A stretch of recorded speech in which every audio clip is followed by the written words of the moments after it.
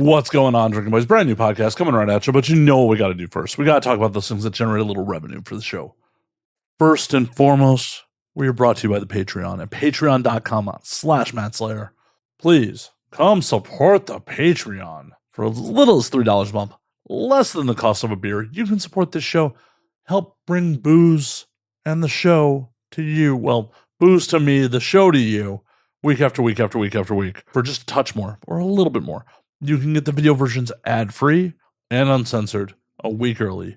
You can get the audio versions ad-free, and there's a bunch of exclusive content on the Patreon. So go to patreon.com/MattSlayer today. Support the show. What are you waiting for? Also, we are brought to you by the merch store at anwt.net/merch. Cover your shame in my wares. Buy a hat. Buy a shirt. Tell the world you're a drinking buddy. Pick up some merch today. Once again, at anwt.net/merch. Last but certainly not least, the absolute easiest way to support the show is twofold. Signal boost, interactive social media posts, share posts, tell your friends. Just let more people know about the show. The other super easy way to support the show is go to youtube.com/nowwedrink and subscribe. Brings more drinking buddies to the party. My guest this week is performer Taylor Nicole. Oh my God, this is such a fun episode. Taylor gets into some wild stories from her youth, what she's getting into these days, what she's got planned for the very near future, and just a lot of silliness. So sit back, relax, pop a cold one, and enjoy Drinking Buddy. When aliens come to take over, they look at us like we're out of our minds now. We're gonna galactic makeover. And now we're thinking that they just might be right. I cannot wait for this whole world to end. I'm gonna break out the bottle with my friends. I think they'll tell the best stories when we're gone. And now we drink. It's absolutely fine. Yell at me if you want. I mean, from what I understand, that costs a lot of money normally. Oh, it does. You're getting it for free today. Yay! And vicariously, my audience is getting it for ad-supported or paying, depending on what platform they're on. Exactly. Feel special. You should. It's also deeply discounted over what I feel like the normal rates would be. Because even if you're paying for this directly from Patreon, I'm pretty sure for you to yell at people costs more than the $5 that I'm charging for the episode. I literally just did that. My friend called me in like the middle of the night. It was like 10 or 11 p.m. And she's like, "Are you free right now?" And I was like, "Yeah, what's up?" Like, I'm free depending on what you want. That's always the answer. It's yes. What is it though? And she was like, "I have this sub that I'm on cam with right now. Can you be at my house in 5 minutes? And he's going to pay you $500. And I was like, "Yes, yeah, I will be right there." Do I need to be hair and makeup ready? Nope. I just had to show up in my PJs. See, I'm in the wrong game. I am in completely the wrong game. You could totally be a bear. I could. It's one of those things where like I've just said no to like doing actual sex work for so long. It feels weird to be like, yeah, let's do it now. You're like, I know too many of you personally. Well, it's not even that. Like it's just a disconnect in my brain. Like I've been in the industry for almost 15 years and like said no so many fucking times.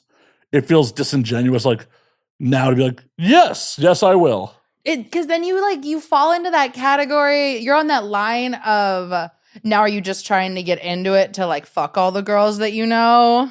Yeah, and well, a lot of you are lovely. A lot of you I really don't want to be romantically involved with. Just, I love you, but not like that. I know you. That's why. Oh my God. I go to the gym with a bunch of sex workers and a bunch of porn girls. And every time I go live in there on Instagram or on TikTok, all the boys are always like, "How do we work out with you? We would love to work out with all of you pretty women." If you saw us in the gym on a day-to-day basis, you would hate us. Yeah, that's the thing. Everyone's playing a character on the internet. Oh, we are disgusting. We are like vulgar. We're screaming at each other. Our hair is up. We're disgusting. We're horrible people. Oh, for sure. And they're real people. Real people are disgusting. Oh, 100%. I mean, I don't think that's just a purely sex worker thing or purely, your group thing. I think that's just all of humanity. Oh, yeah. It's such a big difference because your job is public facing. You have to put on whatever your persona is, you have to put it on. You have to represent the brand. And then when you're away from cameras, life, work, whatever, you can drop that. And maybe your persona is a extension of who you are in real life, but it's never 100% who you are in real life. No, I've only met probably 2 girls that when they're on camera and in their personal life, they're the exact same. And they're the most terrifying party girls I have ever met. 100%. Keep you far away from me. Right. 100%. Like, I've met a couple of those girls and it's just like, oh God. Oh God. You're like waiting for it to turn off and it's just not turning off. It's not turning off, or they're an unmitigated disaster. And it's just like, I'm trying not to be an asshole and leave you on the side of the road somewhere, but it would really feel like I should leave you on the side of the road somewhere. See, whenever you're in that mode, I feel like they would find their way. Oh, they found their way before. I just morally would feel wrong about doing it. Exactly. Like, I don't want it unless it's absolutely, positively horrible. I'm not looking to leave someone on the side of the road, even if they're particularly shitty. I don't think I've ever actually left anyone on the side of the road. Yeah, no. It's never gotten that bad where I physically have to kick someone out of my car. I've only gotten there once, and it was with a super drunk party girl. It's always with a super drunk party girl. Well, and the worst part was, this is when I was still living in Vegas, and this girl was a super drunk party girl when I knew her from Chicago, and she flew out to specifically visit me, and the whole trip was horrible. Oh, so it was like a one thing on top of another, on top of another, on top of another. Like, I was only been living in Vegas for like a year and a half at that point, but still in the industry, and like all my peers at that point, this is 2011, 2012, all my peers at that point are all industry people. I don't know any civilians in Vegas. Yeah. So like, go out to the bar with some people. This girl threatened to kick Leroy Myers' ass. Like, just drunkenly, like, I'll punch you in the face. I'm just like, the Leroy Myers? Really? Oh, of all people, right? Too. Of all people. Yeah. Just like, okay, can't let you around those friends. Just a horrible drunk mess around everyone. I was like, and in the back of my head, I'm like, one, you're just a horrible drunk. I wouldn't want to have you around these if these were my civilian friends. But these are work friends. That's even worse. Yeah. You're potentially fucking with my money too, and you don't realize it. Yeah, like with civilian friends, at least there's that little barrier of like, okay, they just think you're a mess. With work friends, it becomes she's not going to be around all the time, right? Right. Oh yeah. We're going to invite you, but she's not invited, right? There was a lot of, she doesn't live here, right? I'm like, yeah. I'm like, no, she was the guitarist girl from a band I used to manage. Like, she used to be a little less of a train wreck and much hotter. It's the hot to crazy scale. Yeah, oh yeah. No, the hot to crazy scale definitely. It went the wrong way. It tipped in the wrong direction. And the straw that broke the camel's back was, we went out to brunch at the Rio, like the bottomless mimosa brunch at the Rio. We're leaving the Rio, and one of the salespeople, as we're walking to the parking lot, it's like, buy something for your girlfriend. And she whips around unprovoked, like, he wishes I was his girlfriend. And I'm just like, after all this, you're going to just fucking disrespect me for no fucking reason? Just like, pop off then, girl. Okay. Right? Like, no, you're horrible. I'm counting the minutes till you're on the plane back to Chicago. You're like, thank God you're not my girlfriend. Right. Like, I thought we're going to have a fun weekend, and no. That's why I like being the one to fly out to them, because then I can change my flight if it goes bad, and I'm the first to like dip out and be like, this isn't working, or like, I got booked for something, I really need to go home. Oh, the worst part is she didn't realize anything was going wrong. How do you not realize something's going wrong? I don't know. Obliviousness. I wish I was that delusional. Oh, I wish. Well, actually, I don't, because you're in my house right now. I'm very happy you're not that delusional. Seriously. Just in general, though, the girl delusion, like, I see some girls, they're running around, like, not a care in the world. I'm like, what does it take to be that delusional? Well, and also, get drunk and, like, potentially violent with men. Just, like... That's just not fun. No, it's like, this is not fun. You're just... You're threatening Leroy Myers in a bar. We're in a fucking Hooters. Seriously. Also, like, Oh, don't get drunk and angry. Yeah. We're supposed to be having a fun time. Like, that's the whole point of us being at the bar. Right. We're just having a good time. We're watching the Blackhawks versus the fucking, I think it was the Bruins for the fucking Stanley Cup that year. And she's like, why isn't everyone cheering for Chicago? I'm like, because we're not in Chicago, girl. Oh my God. See, I always think it's so funny when the girls that think they're party girls come to Vegas for the first time. Especially, I don't know what AVN does. It brings out all the party and all these girls that have never been to a big city before. I don't know. Okay, but you know what I'm talking about, Yeah. right? Like, it wasn't as bad this year, but I remember when AVN was at the Hard Rock and the amount of girls puking in trash cans. The amount of things that hotel has seen. I mean, that's why they had to turn it into the Virgin. They had to bleach the walls. Yeah, they just had to bring some sage in. They had to bring a priest in. Is that bad? From multiple different faiths. Like, couldn't just bring one. Like, they had a whole convention. Yeah, just like, we're going to have the priest convention. They're going to sanctify this place. We may still have to raise it to the ground and rebuild. Oh, no. Yeah. Scandalous shit has gone down at the Hard Rock. Oh, my God. That's an understatement. Anything scandalous for you this year at ABN? Honestly, I got yelled at at a sweet party for trying to play with a Sibian. Why was it there then? That's what I said. The Virgin was not fun to have sweet parties in this year. I will tell you that. Was security breaking them up or? No, they weren't breaking them up, but they weren't letting us like fuck or anything either. I was so pissed. That's why we brought out the Sibian, because it was a bunch of girls looking hot, and I was like, if I get on that, I'm gonna get a bunch of other girls on that thing. Oh. Like, if I'm the first one to do it, like, we're getting this going. 100%. That's how these things go. Like, just someone has to break that ice. Yeah, Like, someone just has to do it first. Someone's gonna take their titties out first. right. It's like, titties out first, click comes out. Like, oh. No, all the other girls are happy. Exactly. But yeah, nope. They weren't letting us get wild. Who was putting the brakes on it? It was the hotel security. What were they doing in the suite? They've always been in the suites. Well, it depends on which party. Yeah, that's true. That's very true. I mean, I've definitely ended up in some sweet parties where it was, an invite-only sweet party. And I've been in a handful of those. yeah, I would imagine. Yeah. If I'm getting access to them, I'm pretty sure you're getting access Yeah, to them. right. We see each other, they were like, hey. Yeah.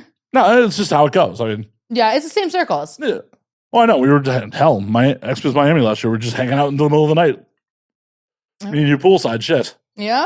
See, I'm excited for Miami. Miami's going to be fun. Yeah, I'm not going this year. I don't blame you. Part of me wants to go, but part of me is just like, the spend on it isn't worth it for me right now. Honestly, that's one of the conventions for me that if I don't have anything going on that week, I'll go, but it's not like a make or break convention. Well, it's a lot of fun. It's a lot of creators, but at the end of the day, I don't do these at conventions anymore. Like, I don't blame you. I don't shoot at conventions anymore. I don't shoot at any convention. That's too much stress. well, and it's also the high likelihood of people flaking. The flaking, the last minute cancellations or the flaking, the STDs running around because everyone's fucking each other. There's just too many things going on. I'm good. And then usually I'm in a booth or I'm like running around or I'm helping out with something else or I'm doing a page shoot. I don't need to add anything else to my plate. No, especially for shit that's going to fall through. Exactly. Like, oh shit, well, I got to leave money from signings and everything to try to get the shoot in. Oh, hey, look, they didn't even show up. Cool. And honestly, in my opinion, if I'm booked to sign or like if I have a booth and I'm just signing all day, I'd rather do that and plan a collab the day before the convention or like a couple days before the convention. Yeah, like most people are rolling into Vegas the weekend beforehand. Yeah, I live in a major city that everyone travels to. You can travel here again. Yeah. Then I'll catch you. Yeah, you're in one of the major hubs of the industry. Seriously. The amount of talent in Vegas is insane. Oh, I know. I did the fucking migration poorly because I moved to Vegas in 2011, for the industry. And at that point, it was only like older performers with families and shit living there. Yeah. And it was just like, I was coming to LA for work all the time. And that's why I ended up moving here in 14 because I love you guys, but you all have kids that have to get them to school in the morning. And I'm still a degenerate drunk. And it was just like, I don't love Vegas. It's too suburban for my tastes. Okay. And entertainment wise, though, everything's available there. I kind of refer to Vegas as America's Wax Museum. Oh, it kind of is. Yeah, no one's creating new art in Vegas for the most part. They're just bringing their highly perfected art to Vegas to show to people night after night after night after night. And that's one of the things I love about LA is people are making new art here. That's very true. So I grew up in the Valley. I grew up in Chatsworth. So I got tired of traveling twice a month to 3 times a month to Vegas to work. So I finally bit the bullet last year and was like, okay, I will get a house out there and I'm keeping my property out here in LA and I'll just have both. Well, that's the move. It is definitely the move. Yeah. I mean, if you can afford it, definitely the move. It's, I don't know. Have you had a rough time meeting people outside of the industry in Vegas, like socially? Yeah. Yeah. Most of my friends like are industry people. They're all performers or directors or photographers in the industry. It's really difficult to make. It's not difficult to make friends in Vegas. I just like being home too. Well, that makes it a little difficult. Yeah, I'm a mix. I love going out when I want to go out, but also if I've worked for 10 days straight, the last thing I want to go do is go to a bar by myself to try to make friends. Oh, for sure. And then depending on where you're going, it's like, oh, you're a fucking tourist. Great. See, and if I don't go to a tourist spot, then I'm the local that isn't the local because I don't know anyone at the bar. I used to hang out at Steiner's like in Summerlin all the time. And like Yeah. I started building a good rapport there, but it was still like, these are all still bar friends. I don't see any of these people away from the bar. Yeah. That was my big problem in Vegas. It's like, I feel like you got to have some civilian friends to help keep you grounded. You can't be all industry friends all the time. And the amount of people that I got to meet that weren't industry by the time I left was like a handful of people. And it was through some people I had known before I even moved to town. It was just like, LA's the move. Yeah, I have a lot more non-civilian friends in California still than I do in Vegas. But what's nice though is so what we started trying to do with my friend group is even though we're all performers, like we're all actually friendly with each other. Like we've gone out to dinners, we've done like brunches. So now what we try to do is 1 to 2 times a month, we pick a non-industry, non-sex, non-performing thing. And we go out with like a couple of my friends have husbands that aren't in the industry. We bring the husbands, the new boyfriends, how we introduce the new boyfriend. Give them the trial run. We give them the trial run. See which girl gets drunk and cries at the bar first. We take bets on it. Just like a chance for everyone to get a little messy without any phones, without like anyone trying to record everything. Well, and people. That's awesome. That's fucking awesome. But I feel like even then, even when everyone's still in the industry, it's like there's still like some aspect of what we have in common is work. Yeah, and it's hard to find those people in the industry that you actually can be friends with because you have to find other things you have in common too. Yeah, and they definitely exist. Like, especially if you're into some nerdy shit, because like there's people I fucking will play D&D with or play video games with. Like, but you got to find those people first, and like it's becoming more socially acceptable in the industry. To be like, oh yeah, I play Dungeons and Dragons, but it wasn't always. It was not acceptable at all to like Dungeons and Dragons. Like that was a what? What? What Dungeons and what? What are you talking about? That was a what kinky thing are you saying to me? Dice? The dice are so cool now. I know. I was at AVN Media Day like a month ago, and someone had a D20 necklace that was full of mini Dungeons and Dragons set. Oh, that's so cool. I'm like, well, the new generation's all right, because back in my day, no one would have admitted to it even if they knew. No, it would not have been okay. No. It's like when I found out some other performers were like gamers, I'm just like, oh, really? Why the fuck have we not been talking about this forever? Because it's not cool. This is not the place for cool people. See, that's what I like. Performers in porn, no one is cool. Everyone is weird. Everyone has their weird little quirks. If you're normal in the industry, you get shooed out of the industry so fast. Have you ever met anyone who's actually normal in the industry? No. There's always someone, because you are deciding when you join the industry that societal norms don't matter to you. Exactly. Like that you are willing to be shit on in a public forum, especially these days. Because when I got in, how long have you been in now? I've been in sex work for 8 years, and I've been in porn specifically for 4. Okay, but being in sex work for 8, you've already seen the change in the earlier social media days to current social media days. Oh yeah, and I've seen OnlyFans develop. I was a time before OnlyFans, before mini-vids existed, when clips for sale was like first a thing, but it was more like you couldn't really upload it unless you knew tech. Now it's very model Oh, no. friendly. When I first got in, there's people whose whole job was doing someone else's clips for sale stores. Yeah. Like I had some friends that was their whole gig, was managing people's clips for sale stores because it was so unuser friendly. Yeah. Twitter was like not really for porn yet. Like you just had to have one. Like, oh yeah, I've been on Twitter since you actually had to text in your tweets. I see. I'm not that old. Well, I've been. My first AVN was 2010. Okay. I'm old, fucking old, and I've been on Twitter since 2009. Yeah. But everyone was on Twitter. But like that was honestly one of the things I really loved about Twitter and why I still have a soft spot for Twitter, because Twitter is really how I made a lot of inroads in the industry. Was just bullshitting with people online and not being a creep. Yeah. Exactly. That was what I loved about the platform, because Twitter was like the first platform where like, oh, we don't have to follow each other to communicate. Yeah, it was like an open forum. Right. As long as I mention you and I'm not an asshole about it, I may get a response. And it was so new at that time too. I bet it was even easier to get a response from people because they're getting notifications, they're checking things. It's not inundated with these weirdos that we have now that are like just crazy. I don't know who let all these men out of the box on the internet. Well, as global Wi-Fi, Wi-Fi and fiber got to all these places, well, yeah, people that are just haven't existed into the world all of a sudden are like, boobs. I want to fuck. I would like to fuck, please. Can I fuck? Why not fuck? Please, I want to fuck. Mm-hmm. I bitch about this fairly regularly. The motherfuckers were like, I love X performer. I'm like, you don't know them. If you knew us, you wouldn't love us. Right. You may be deeply in lust. You may be deeply, deeply in lust. You're not in love. No, you are not in love. You are not in love. 100% no. Yeah. You just want to fuck us. You just want to put your PP in my vajayjay. Yeah. And that's it. Yeah, exactly. And that's okay. That's perfectly fine. That's what the product's for. To sell you that illusion that would be awesome. Yes. And I can tell you firsthand, it's not always as awesome as you'd think it would be, because it's a performance. Oh, yeah. And then when you have sex with people in real life, it's not necessarily the performance, and it's fine.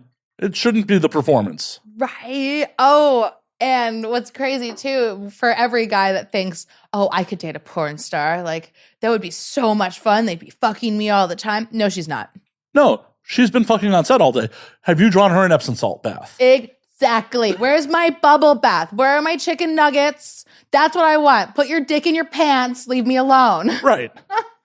And then if you do end up hooking up with the girl who is really like the nympho, that's exhausting for a different level. Oh my God. That's the other spectrum of exhausting. Because now you're fucking her like 6 times a day. Right. She got upset and now she's just like, oh, get your dick ready. I'm like, yeah.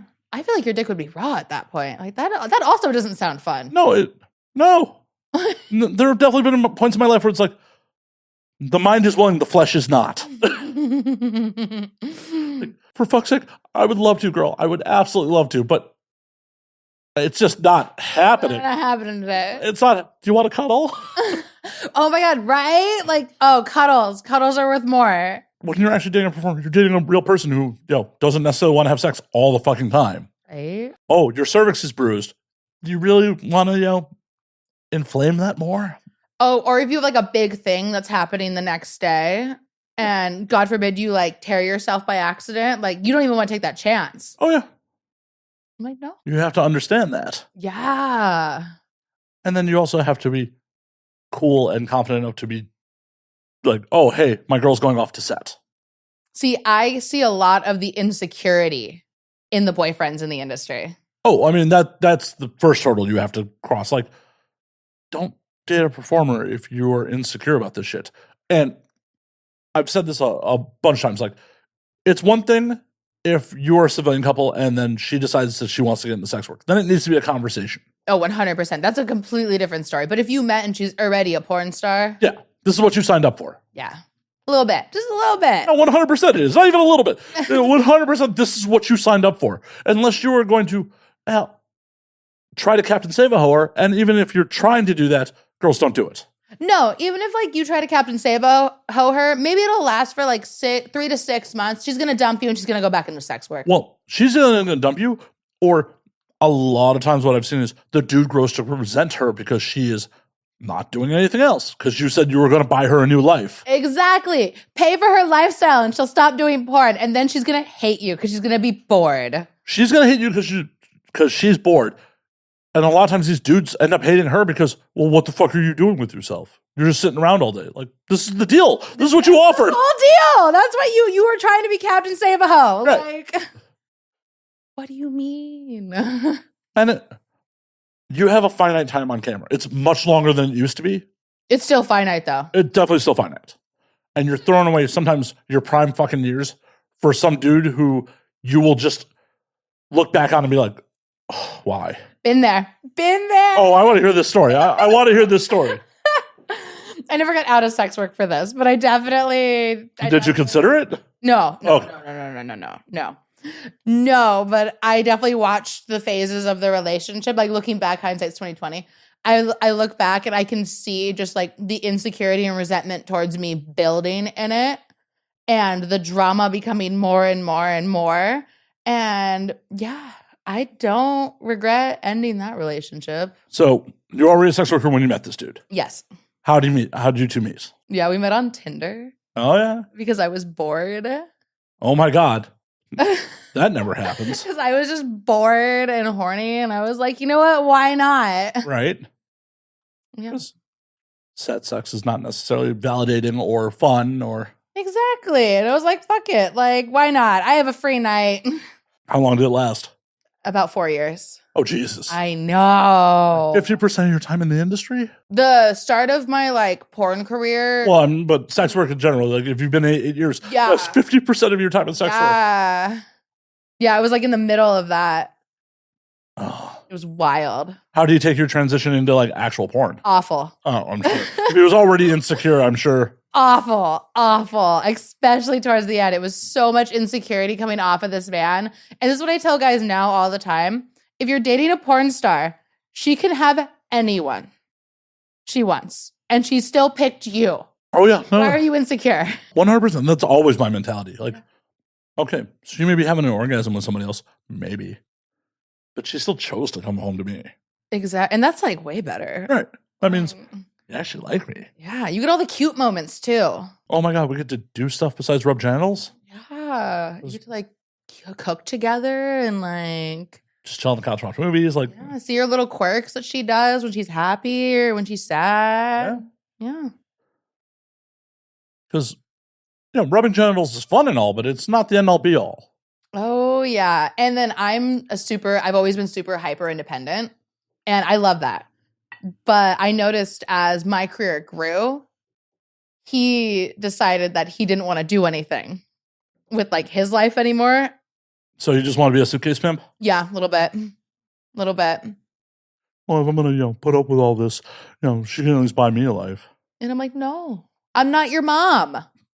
I'm not your mom. I'm not raising a child. Thank you. Well, and that's the thing with any relationship. It doesn't matter if you're in the industry or not. No one should be completing you. No. Like, awesome plus ones are what people should be looking for. Exactly. The idea of like, oh, hey, she's going to take care of me. Like, why? Right. Why? Then, like, I understand, like, if you're together, like, you're sharing finances, shit like that, and one person hits a rough patch, the other. Oh, that's different, though. That's not like you being a mother or like, Yeah. It's That's being a partner. weird. That's being actually being a partner, That's not. being a team. Right. But the expectation of like, oh, she's just going to buy me everything. That's one of the straws. It just became so frustrating. I was like, no. I will freely admit on air, one of my toxic traits, though, is having sex workers buy me meals. It really does make me happy. See, but that's fun. Well, it's all because it's just an evil toxic trait on my part, because it's just like, oh, all these dudes that are sliding into our DMs, being mad obsessive, spending all this money on, you just bought me chicken nuggets. Yes. And you hate me for it so much. Oh, what's really funny is I'll put things on my Amazon wish list that are for my friends. Of course. That are for my guy friends specifically. Of course. And I'll have like one of my subs like specifically buy the thing. I'll do 1 or 2 videos, like fun videos with it. And then I'll hand it off and be like, so this is from so-and-so. Say thank you. And sometimes like one of my friends got like an ice maker. One of them got like this really cool shelving unit. Like they're expensive things. Oh, I know. And that's also what's mind-boggling to me is, where do these dudes that are willing to spend this kind of money on just material things and never meeting you in real life, never having anything but a kind of parasocial relationship with you, have the money to spend on this shit. Right. Like I had a guy buy me a $500 mirror recently. Here. Like, I love you. I'm sure you could probably get GFE from someone local. Yeah. For that kind of money. Yeah. And it was literally just because we had been talking for like 6 months and he'd been paying me to talk to him too. Right. Like this wasn't like a wasn't paying me situation. Like he still was paying me. All in, I'm sure he could have found someone to do GFE locally. But sometimes these boys, either they have wives or they have super stressful jobs and they don't really want the human or they're awkward in person. Money fixes that. Oh, yes. Oh my God, yes. There's when I've met some people as clients and I look at them and I finally asked one of them once because they're hot men. They're very handsome, attractive men. And I'm like, why? Like, I'm just out of my own curiosity. Like, you are a handsome guy. You can walk into a bar. Like, you can go somewhere and probably pick up, like, 1 to 2 of those girls in that bar. Why are you hiring an escort? And a lot of the guys, they've told me it's easier. They know exactly what they get. And they don't have, they're going to spend the same, if not more money on the girl that they're trying to date before they can fuck her. And it might be bad. It's true. One, it's also one of those things where like, as fucked up as is the Charlie Sheen line of I'm paying for her to leave. Yes. Oh, I don't stick around. I don't text you. Right. It's transactional. I don't stalk you. I go, thank you so much, baby. Can't wait to see you next time. Yeah. It's truly a transactional thing. And I totally get if all you are getting what you want out of that transaction. Cool. Yeah. Everyone wins. Now, it's the people that are trying to replace a hole in their heart for something else. Oh, 100%. Where I don't fucking get it. See, I don't understand that. I don't know.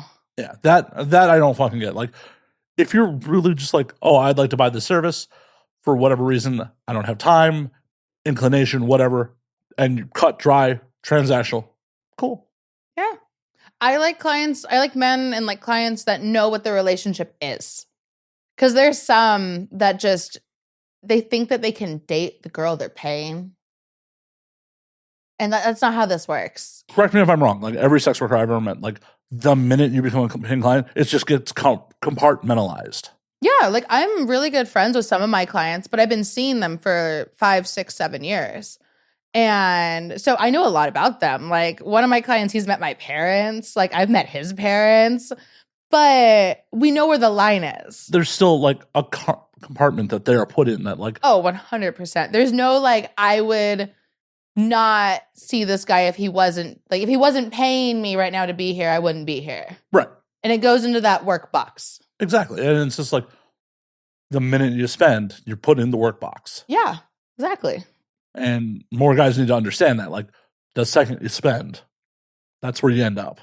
Yeah. Like you think the quote unquote friend zone's bad? No. The client zone. Yeah, the client zone's real. I have said on air multiple times, I don't believe the friend zone's real. Oh, I don't believe that's real at all. That's Absolutely. An excuse. Like, well, it's not even an excuse. It's like if you're not getting what you want out of a relationship, you have some unrequited feelings for the other person. Why are you sticking around? Seriously. But the client zone, yeah. There's no crawling out of that. No, you are just there. You will forever be a client. You will forever be right there. Yeah. I will say, though, this wasn't a client, but this was someone that paid me for a video shoot when he was, like, really new. And it was kind of like, it was on that line of, like, porn shoot client, that line. We're making it private. Yeah, basically. He did end up getting out of the client box. How'd he get out of the client box? Because he was a really, really good photographer. So I introduced him to all my other porn friends, and he became a really good photographer for all of them. Nice. Okay. Maybe it's not hard and fast, but yeah, the odds are not... He wasn't fucking any of them. He was still paying to fuck people. Right, and the odds weren't in his favor to get out of client box anyways. No, he just got really lucky that he was a really good photographer and videographer. And that's one of the things in life. Skills matter. Oh, 100%. Bring something to the table. Yeah. Well, this is another thing that I preach all the time. Like, nice is the baseline. Being a nice guy is not something like, oh, I'm a nice guy. Why is no one like? No. Nice is the baseline. Everyone's nice to the person they're trying to fuck. I love when guys, especially right now, are like, I'm a nice guy. Why don't no girl want me? And the bar is in like hell right now for dating. And I'm like, how are you below that bar if you're such a nice guy? No one's giving me a chance. Yeah, because you're crying on the internet. Yeah. Because just what everyone's attracted to. Someone who is so in their feelings and pathetic that like, why will no one fuck me? I don't know. Why will no one fuck you? You should look inside and examine why no one's fucking you. Seriously, there's got to be a reason. There is a reason, I promise you. Yeah. In most cases, your lack of confidence. Exactly. If you're confident, that's like, you could be like a 2. With the confidence and the charming level of like a 12, that's all you need. Oh, no. I'm not a beautiful man. I fuck. I think you're a beautiful man, and I would buy you chicken nuggets. I'm going to take you up on that after a couple more drinks. I'm not putting out, though. I don't want you to put out. Okay, I'm just putting it out there. I don't fuck on show night. But I will take your nuggets. 100%. If you didn't take the nuggets, I'd be so offended. Well, now I'm tempted not to make me memorable. Like 2 years from now, I'm like, Matt didn't take my fucking nuggets. See? That's how you get remembered. I didn't take my fucking nuggets. Is that like new age negging? like, that motherfucker didn't take my nuggets. No, because your fans bought the nuggets. I definitely will savor every last one of them. Exactly. Oh, yeah. Some poor bastards waiting in her DMs to have bought these for me. But no, confidence is 100% key. No one wants to be with anyone, guy, girl, whatever you identify as, with someone who's all up in their feelings about anything. Just like, oh, yeah. Oh, well, thanks for being here. No. You want to be like, that's right. This is where you want to be. Yeah. It's usually, that's like the first hurdle. And then it's actually having a personality. Like, if I feel like I'm talking to a brick, I don't want to talk to you. Like, I can't just talk to a wall. Oh, no, I'm right there with you. Literally, someone I hooked up with recently, like, we hooked up first, and then we went out on, like, an actual date, like, a day later, and dinner was so, like... That's the worst. And then you don't want to be mean either because you just fucked her. Oh, I fucked her again. Well, yeah, you're going to fuck her again. But then you have to be like, hey, we can't continue this. It was just a weird dynamic. It was just like, okay, like, you were kind of the aggressor on the sex the first time, and now it's like, this is kind of boring. And then we got back here, she's like, so fucking? I'm like, oh, okay. So she only has one speed. Apparently. I'm like, why did we go out to dinner? Why did I buy dinner? Right. If you just want to bone, like... You could have just said that. Yeah. You could have just said that. Like, if this is all you want from me, I don't need to, See, and that's a great relationship. Yeah. Also, guys understanding that it's okay just to hook up with people. Oh, Because girls want that too. Oh, yeah. Oh, my God. The other sex of human beings wants the same thing as... Yeah. It's wildly mind-blowing that not every girl wants to, like, be obsessed and love you and, like, be in a relationship. Sometimes we just want to bang. Yeah. And that's fine. Girls are so much worse than men are. Girls are the most fuckboy, especially if we're in a group of just girls. Oh, yeah. Most fuckboy, craziest conversations. We make guys that talk shit about girls look like saints. Like the amount of things we talk about. I'm sure there's a group chat that has a very accurate description of my penis right now. I'm sure it exists. There's at least one. Oh, I mean, there's definitely multiple, but like, there's a new group chat that's like, oh yeah, oh she went immediately back to the group chat. Yeah. It's like, all right, whatever. I mean, I don't care. Right. I don't care. Every girl has a group chat. Oh, for sure. And if they're roasting me in the group chat, so be it. See, now if your name is in the group chat, that's like a step up. Then they're really roasting you. Don't care. Do not care. The only time I've ever cared about a group chat situation was a girl I was banging for a while got drunk and actually like posted the group chat on like Maine on social media. Oh no. Like, I wasn't mentioned by name, but it was still like a public Facebook post. Oh, I'd freak out. I'd be like, no. Not about the group chat, just about the post. Like, Yo, no, I texted her like, what the fuck is this? What the fuck is this? oops. Yeah. It was like, well, you weren't supposed to see that. I'm like, obviously I wasn't supposed to see that. Seriously. No shit. No fucking shit. Wild. Yeah. Wild. I stopped seeing her very, very shortly thereafter. I mean, she also gave me chlamydia, so. Damn. You know, that always happens at least once. And like, if you want to date in the porn world. Oh, this is a civilian. No. This is a fucking civilian. That's even more upsetting. Yeah. Oh, no. I freely admit, like, when I hook up with performers, like, I'm the risk. Like, I'm not a performer. I don't get tested every 14 days. I get tested regularly, but not every 14 days regularly. Yeah. No, this is a civilian I was paying. And sorry to the audiences. Gabe, you've chlamydia. Yeah, the rules were like protection with everybody else. Like, it was established non monogamous. I wasn't even upset about it. It was just like her lack of ownership is what pissed me off, actually. Okay. It's like between the public group test where she was talking shit that I had moved my ex-girlfriend back in, but, you know, that's on me.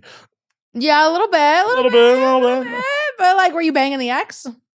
No, but that was fucked up on my own part. Like, it was one of those things like the ex moved in to escape some shit, and I was just like immediately fell into boyfriend mode without us having a frank conversation about what the fuck we're doing here. Oh, you went back into old habits. Yeah, like I was cooking us breakfast and shit. Like, I was like, oh yeah, and we never had a discussion of getting back together. It was just like she was running away from fucking something, and I was safe. And like, see, that can be the worst situation. Oh, it was horrible. It was horrible. Because if like you both feel safe, then you just fall back into old habits. Oh yeah. And then it takes like 6 months to a year to realize why you guys aren't together anymore. Well, after a month, she moved the fuck out. Like, she's just like, this is, real toxic. You're like, yep. Yeah. Oh, yeah. No, this is super duper toxic. Like, we both should not have done this. We should not have done this. You're the one making her breakfast. Oh, no. I am part of should not have done this. Accountability. Oh, yeah. No. I believe me, it was toxic as shit. Like, there was just never a good conversation about it. It was just like, she's like, oh, I want to move to LA. Like, can I stay with you? I'm like, sure. That's not a conversation. Yeah, exactly. There was no conversation. And then I immediately, like, as I said, just fell into boyfriend mode. Mm-hmm. And then started getting weird when it was just like, we're sharing a bed, but she's not coming home at night sometimes. Like, and there's no, and it's on like one hand, it's like, I'm not going to confirm about it. We're not in a relationship. Yeah, but then it's like the communication problem too. I feel like a lot of relationships fall apart because of that lack of communication. Oh, for sure. I mean, that's why me and her are not together, is because she can't communicate, and because I know she can't communicate, I have problems broaching it with her, because when in the times where I've tried to communicate with her, she just shuts down. That's the worst. I hate when people, like, when you're trying, you're not mad, nothing is wrong, you're just trying to like get your point or like state an opinion, and the other person just shuts down and like just doesn't hear you anymore. Well, like, I know it's all hurt, like lifetime of trauma. It's all trauma responses, like on a conscious level, but on an emotional level, it's still like, this doesn't make me feel great. Right? Go to therapy. Yeah. Everyone needs therapy. Everyone should go to therapy. I feel like we're talking about my relationships a lot, though. Like, I dated a cult leader. Oh, I want to hear this. I dated a cult leader. It was a vampire cult. Of course it was. Of course it was. I was 18. He was 43. Appropriate age gap. Fantastic. I know. Great age gap. I met him in Hollywood. Of course you did. Did you meet him at Bar Sin? Yes, I did. Do you know who I'm talking about? I might. I might. He's doing an event in May out here. Oh, God. You know who I'm talking about? I probably, like, the name's not coming to mind, but I probably do. There was cat girls involved. Of course there was. Of course there was. Yeah, I dated a cult leader. How long did that last? About a year. Lasted about a year. Fully toxic. Hey. Very toxic, very like stop talking to your like family vibes. Like, let me cut off like everything. I feel like that comes with the cult leader territory. Oh, of course. Like, very like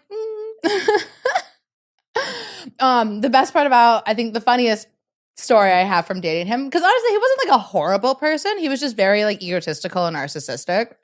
An egotistical cult leader? Never. I know. And also, I was an 18-year-old shithead too. So like those did not mesh well. But he was still dating his ex-girlfriend the same time he was dating me. And he was lying to both of us. Always the best move. And he was trying to make us hate each other. Of course, because then you would never communicate and compare notes. Yeah. And so that didn't happen until me and him got into a big fight and she knew about the fight. So she flew me out to Denver to come to her special vampire event with a different cult leader. Then we compared all of our notes. And then I fucked the other cult leader and I sent him a video. Oh, good move. Yeah. Solid. And it was over. Oh, of course. His ego couldn't handle that. No. It was so bad. Someone's making a sex tape just to spite you. You're cooked. You're done. You're done. Yeah, it was a sex tape with the other cult leader that he hated, the cult leader's wife, and the cult leader's new girlfriend. And his now ex-girlfriend was there too. All in the same video of us just being like, hi. This is everyone you hate. Yes. Yes, and the girl you think you're dating. Both girls you think you're dating. Dudes, it never works out. Don't try to, have two committed relationships. Either admit to being in an open thing or don't commit. Well, I was fine with it being open too, but he wasn't fine with it being open. Well, yeah, because then you could fuck other people. Of course. Like, that's stereotypical, like, control freak shit. Which, mind you, I was fucking other people. He just didn't know about it because I was smarter than he was about fucking other people. Well, that's fucked up on your end, too. I was 18 and he was a cult leader. Doesn't make it right. No, it doesn't make it right. But I didn't say I was the best person. I never asked you if you were the best person. I don't remember that coming up in conversation at all. I don't remember any claims. I didn't subtitle this episode, the best person. Welcome to a Now We Drink. Right. No, it was fucked up on my part. The sex tape was also a little fucked up because I was kind of mean. Like, looking back, little mean, little bitchy. But I'm sure you felt wronged in the moment. I was drunk and I was pissed and I was at a castle in Denver. So yeah, I thought it was the best decision in the moment. Well, and that's sometimes what we do in life. We make the best decision in the moment. Yeah. And now it's just a funny story. Well, exactly. And like, how little does it actually matter in the grand scheme of things besides the lore at this point? Oh, it's just part of the lore. Right. It's just part of the how I got into like sex work and porn lore. Well, and that's the thing. You got to do shit in life for the lore. Oh, yeah. And like I helped him. And before this, I was doing a bunch of stuff in Hollywood already. So meeting him honestly helped that part of my career with like bartending and everything because he knew a bunch of different venues. And so I kind of used it as more of like my in. And while I was starting up sex work and all of that.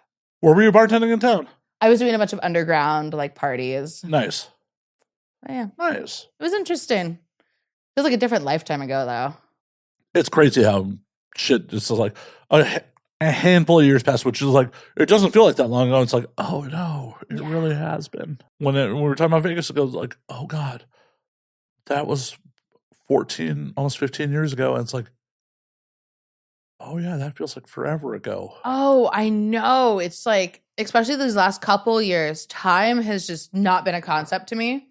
It's just been flying by in a good way, but also just, I look now and I'm like thinking about things. I'm like, shit, that happened 5-6 years ago. I mean, for fuck's sake, 2020 was 5 years ago. Was it really? Like, oh my God, it was. We were just getting locked down like this time 5 years ago. Yeah, because the world shut down on my birthday weekend. Because I was throwing a rager of a birthday party and we all got a call that we're going into lockdown. And I had like 100 people at a party house. And we were like, well, fuck it. And we're getting locked down. We're already here.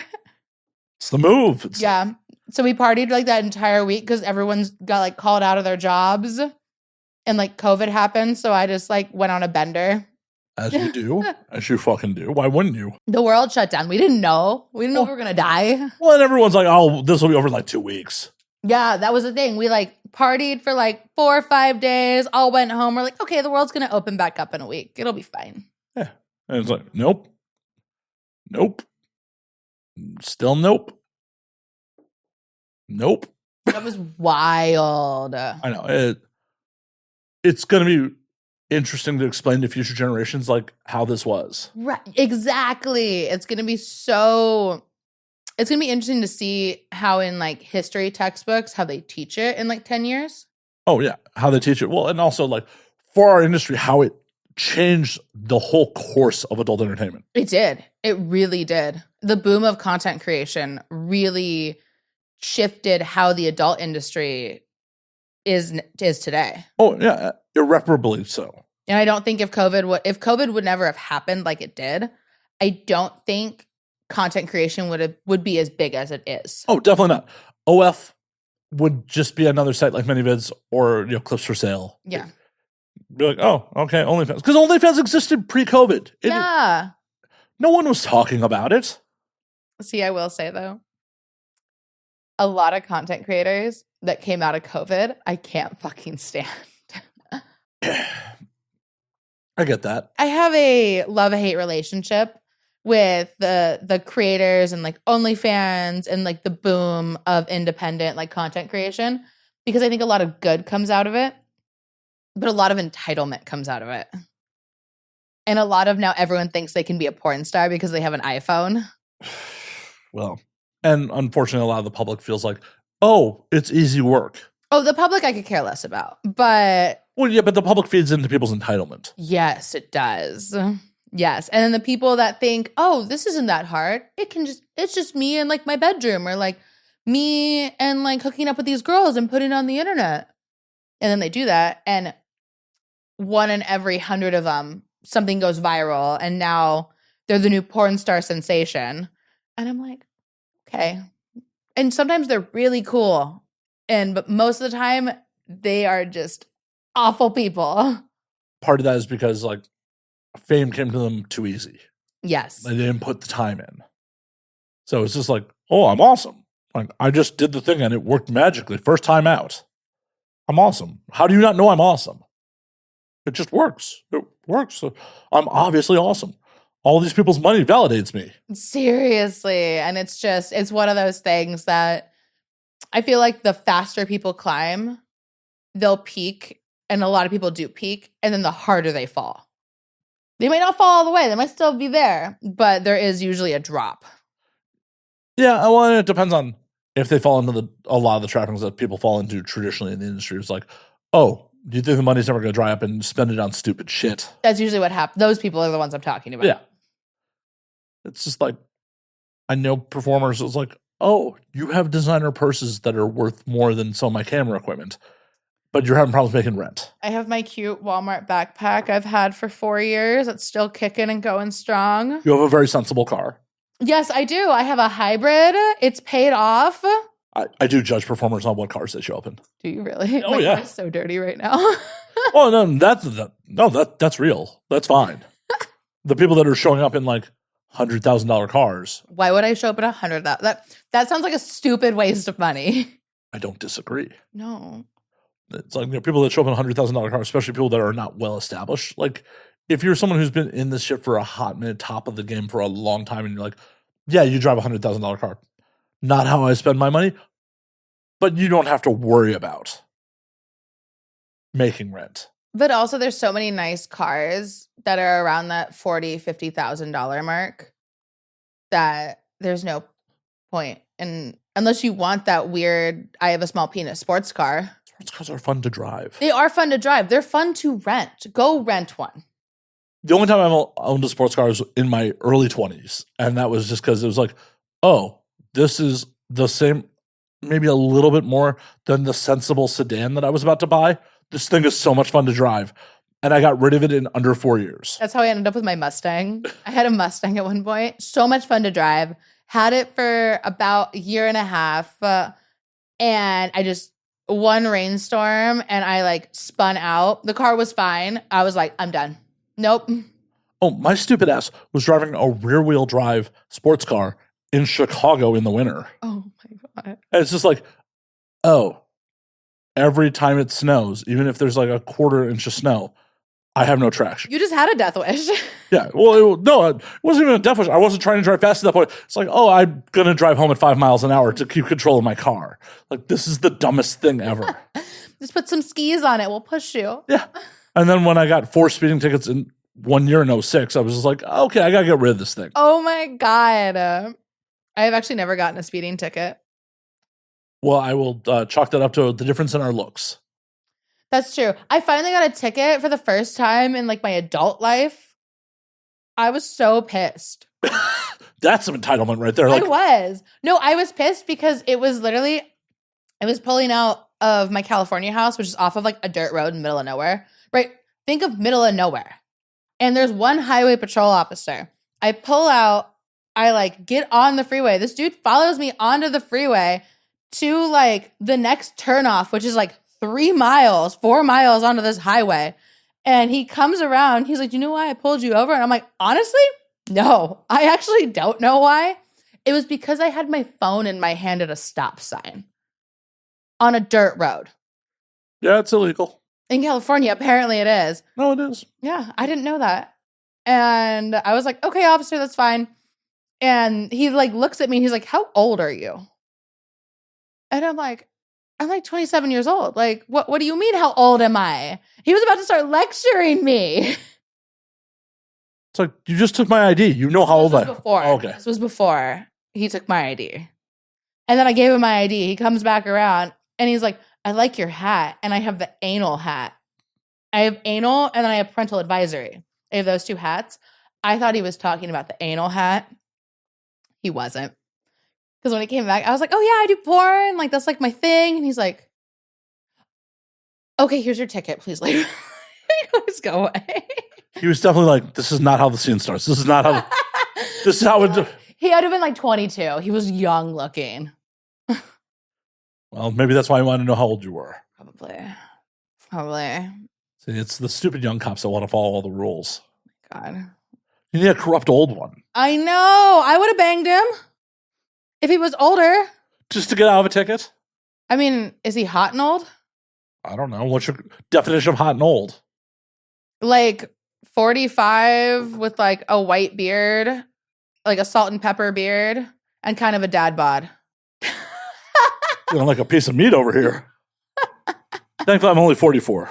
You see, you don't make the cut. Perfect. I will just eat your nuggets. That's all. 45 and up. That's it. No Cool. funny business with my nuggets. I was just going to chew them and swallow them. That's all.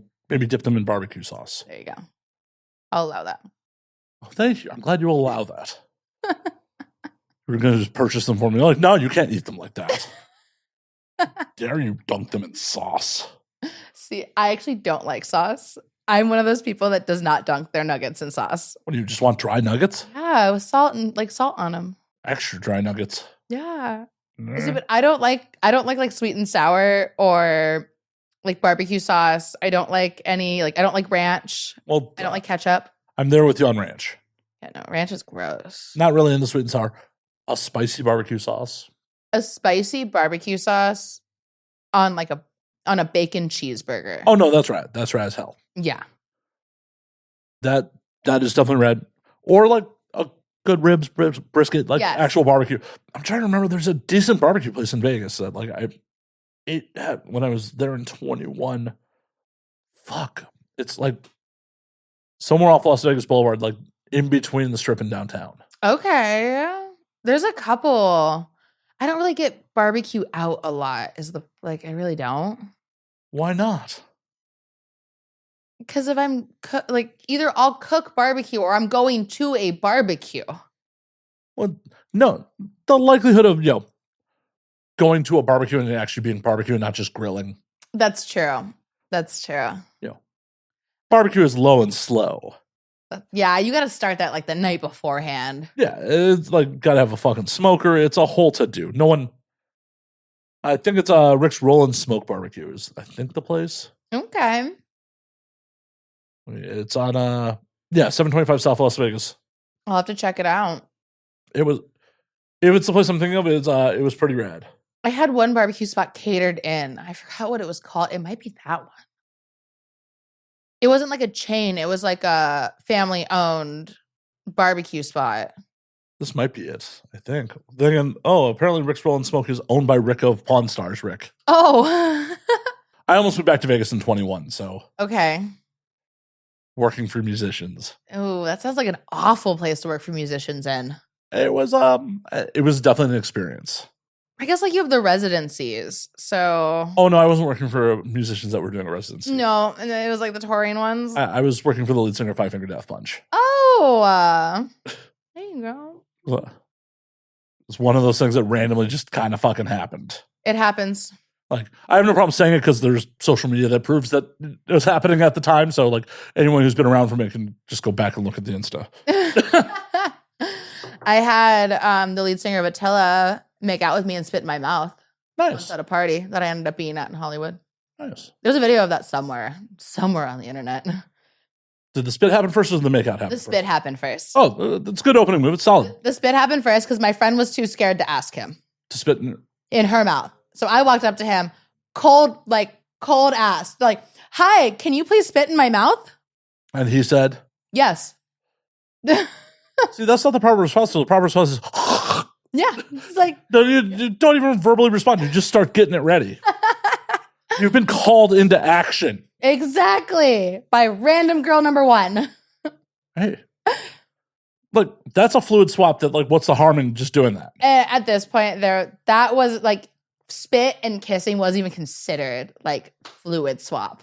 I don't know. I have gotten much more sick from making out with people over the years than I ever have from sex. Oh my God. Like, I swear to God, every January to March, everyone ends up with strep throat, and like some head cold just from making out with people.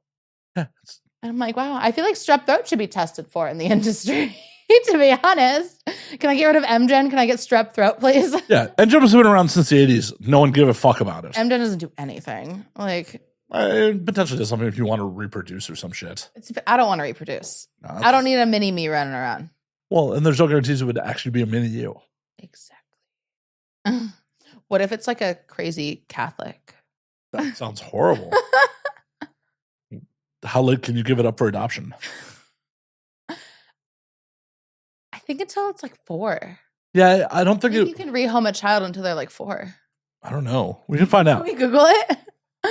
According to AmericanAdoptions.com, putting up a child for adoption at any age. You can put them up for adoption at any age? Apparently. Well, I guess that makes sense. Like, because if you go to jail, you can give up your parenting rights. As you can see, there's no exact age limit to give up for adoption. However, as a child gets older, the options can become more limited. I wonder why.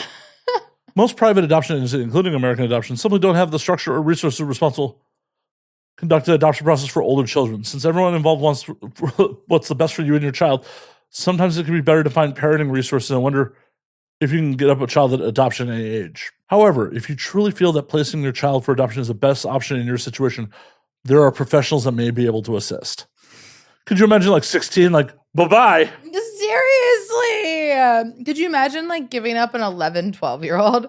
Being like, bye. I just raised you for 12 years. I don't want you anymore. Right. Mommy wants to go party. That's how you get serial killers.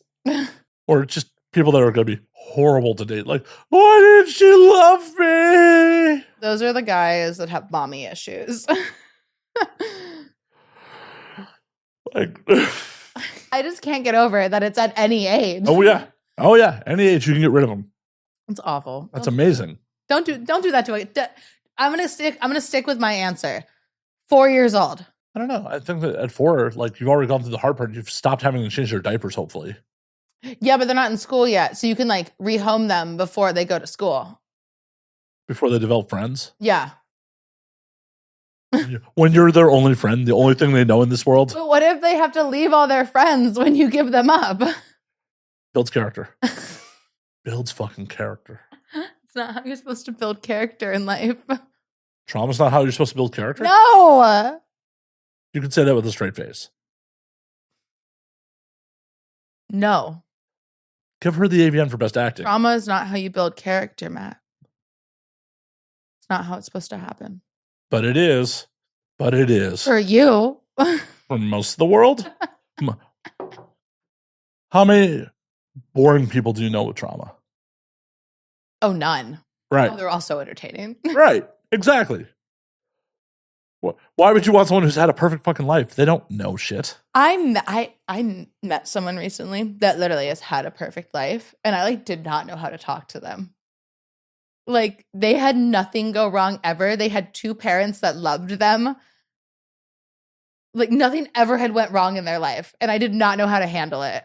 Was this someone like you were meeting on a platonic level, romantic level? Like, where'd you meet this person? Like, Oh, just platonically. Okay. Like, through a friend of a friend, and we were just hanging out.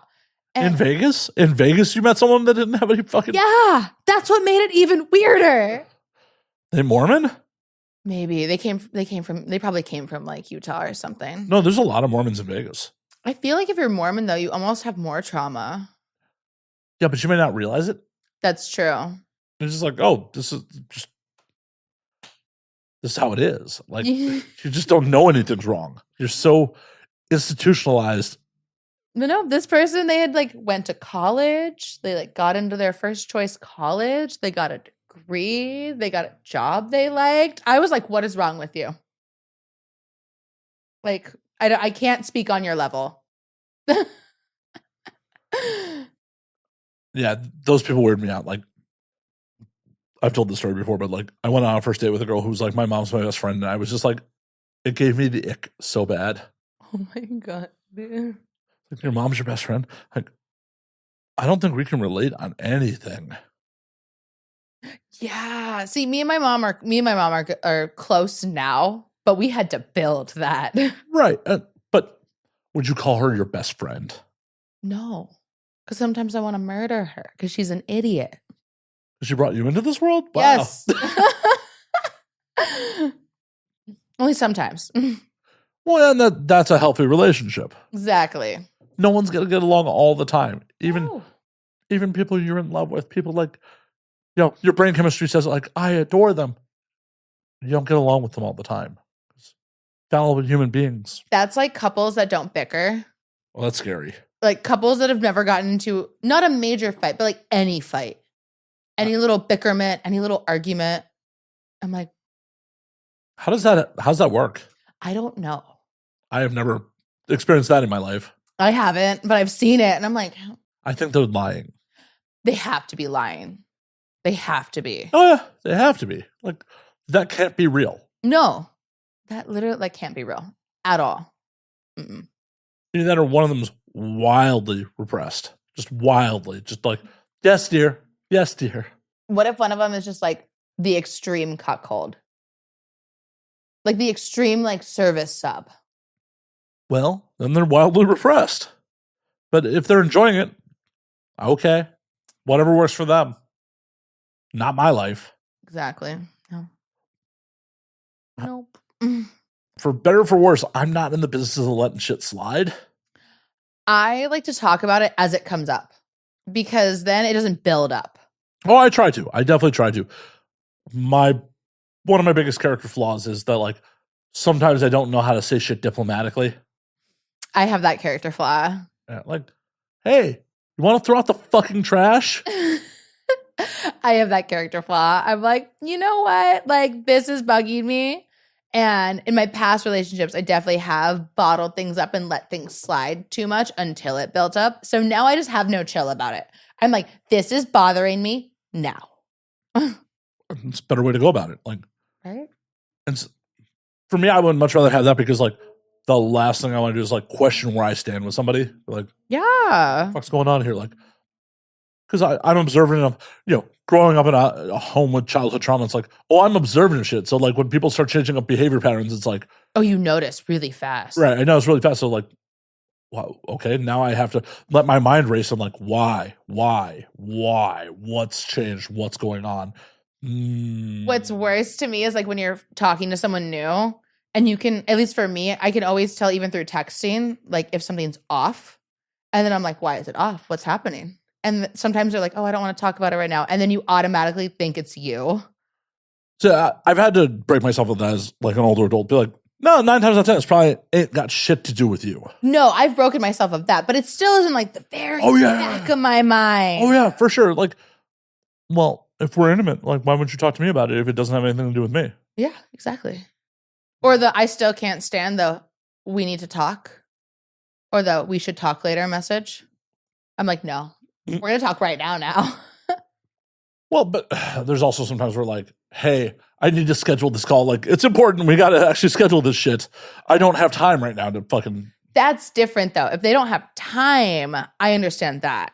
But usually that sentence starts with, hey, I don't have time right now to talk about this. Can we talk about this like when I'm free later? Yeah, when are you free so we can talk about this? Exactly. But yeah, it's all how you phrase it. Yes. Some people aren't the best at communicating, so they're just like, can we talk? But not right now. And it's like, what do you need to talk about? Like, can I have some more context to this message? I'm such a dick. I was talking to someone else recently, and I'm like, hey, we need to have a conversation later today when you're free. And they're like, should I be worried? I'm like, that won't help anything. Being worried won't help. No. I don't know why you'd want to do that to yourself. Right? You just want to give yourself more anxiety? That is what kills you. Stress is what kills you. Oh, yeah. I try to live a pretty stress-free. I try to be pretty stress-free, and then other people give me stress. Well, that's giving them emotional control over you. Well, no, because if I'm scheduling, you probably have this problem too, because you schedule like models to come and you schedule the podcast. When I'm trying to schedule models are like the bane of my existence sometimes. Well, there's a reason that there's over 10 episodes in the can right now. Because I had someone cancel last minute last night. And you're like, okay. I'm like, awesome. I don't have to put on pants. That's true. That was me the other day. I had a scene I was directing get canceled because both girls were sick. And I wasn't mad. I got to sit in my bed. I got to order DoorDash. And you're like, all right, I don't got to get ready. What's the DoorDash order? Oh, it was chili cheese fries and a breakfast burrito. Sonic? No, it was like this little diner in Okay. Vegas. Because you guys actually have Sonics in Vegas, so Yes. they're not good, but They're not my favorite. no, the drinks are good. Oh, the drinks are amazing, but not The food, no. I don't want the food. No. I do have a really good bar near me. It's called Remedies. Not familiar. It's a little shitty dive bar. Well, that's what Vegas is great for. And they all have food. Yeah. Well, as I said, I used to hang out in the Steiners in Summerlin all the time. Mm-hmm. Or Crown and Anchor over on Trop is my fucking jam. Love that place. So this place, they make a double cheeseburger that you can add bacon to, and they put it between two Texas toasts as the bun. Oh, that sounds good. And they cut it in half, and they sprinkle a bunch of garlic on it, and then you can order it with garlic cheese tater tots. Yeah, that sounds really good. Right. I was obsessed with it. I would literally go to that bar just to order food. I mean, that's the only reason to go to some of these bars in Vegas. Oh, 100%. Like, oh, there's video poker machines and no personality, but good food. Honestly, this bar was cute. It had like darts and like. Well, I'm not saying this bar in particular, but a lot of Vegas bars are just like, well, you exist, you have video poker machines, but your menu items are what really are bringing me here. 100%. Like, not your sticky floors and your like gross counters. Steiner's is fine. It's not like an amazing bar, but the wings were rad. See, that's what gets you in there, though. Yeah. Well, then being 24 hours back in the day, it's like, oh, it's 3:00 in the morning. I want a fucking graveyard ship burger that was like $5. Done. I'm so happy that a lot of places are back to being 24 hours. That made me so upset. During COVID and like towards the world opening back up, when things weren't 24 hours anymore, I was like, why is it closed at 11? Oh, what is happening? When I was out there working in 21, it was just like, oh, Roberto's is the only thing that's fucking open 24 hours. No. Roberto's is not the move. Unless like... It was the only thing fucking open. Yeah. Yeah. Oh, it's like having Jack in the Box in like the middle of the night. Roberto's is better than Jack in the Box. Not by... It still gives you the shits just the same. I mean, if I get a carne asada burrito, it's fine. It's fine. You keep telling yourself that. I have. I can't help my constitution's better than yours. Like, doesn't do me in. Yeah.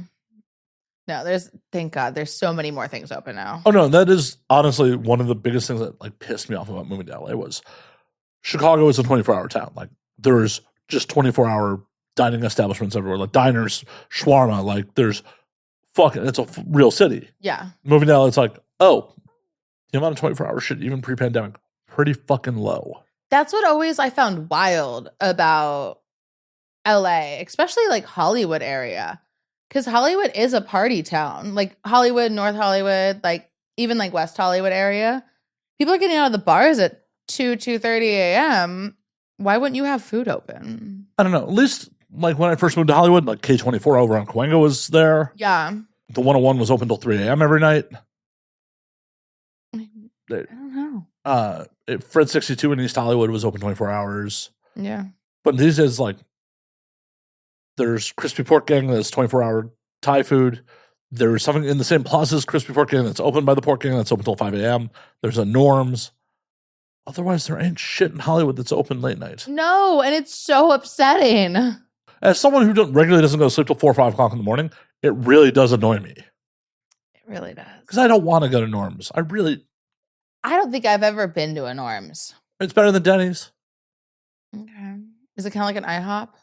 Same vibes. Like a Waffle House? No, not as good as Waffle House. Oh. Waffle House is legitimately good. Waffle House is amazing. We're in the South. Why do we not have a Waffle House? I feel like we need a Waffle House. I petitioned for Hollywood to get a Waffle House. You know how entertaining that Waffle House would be? Oh, the fights in that Waffle House. The fights in that Waffle House. 3:30 in the morning. Waffle House, heart of Hollywood. Oh, yeah. That'd be a whole attraction.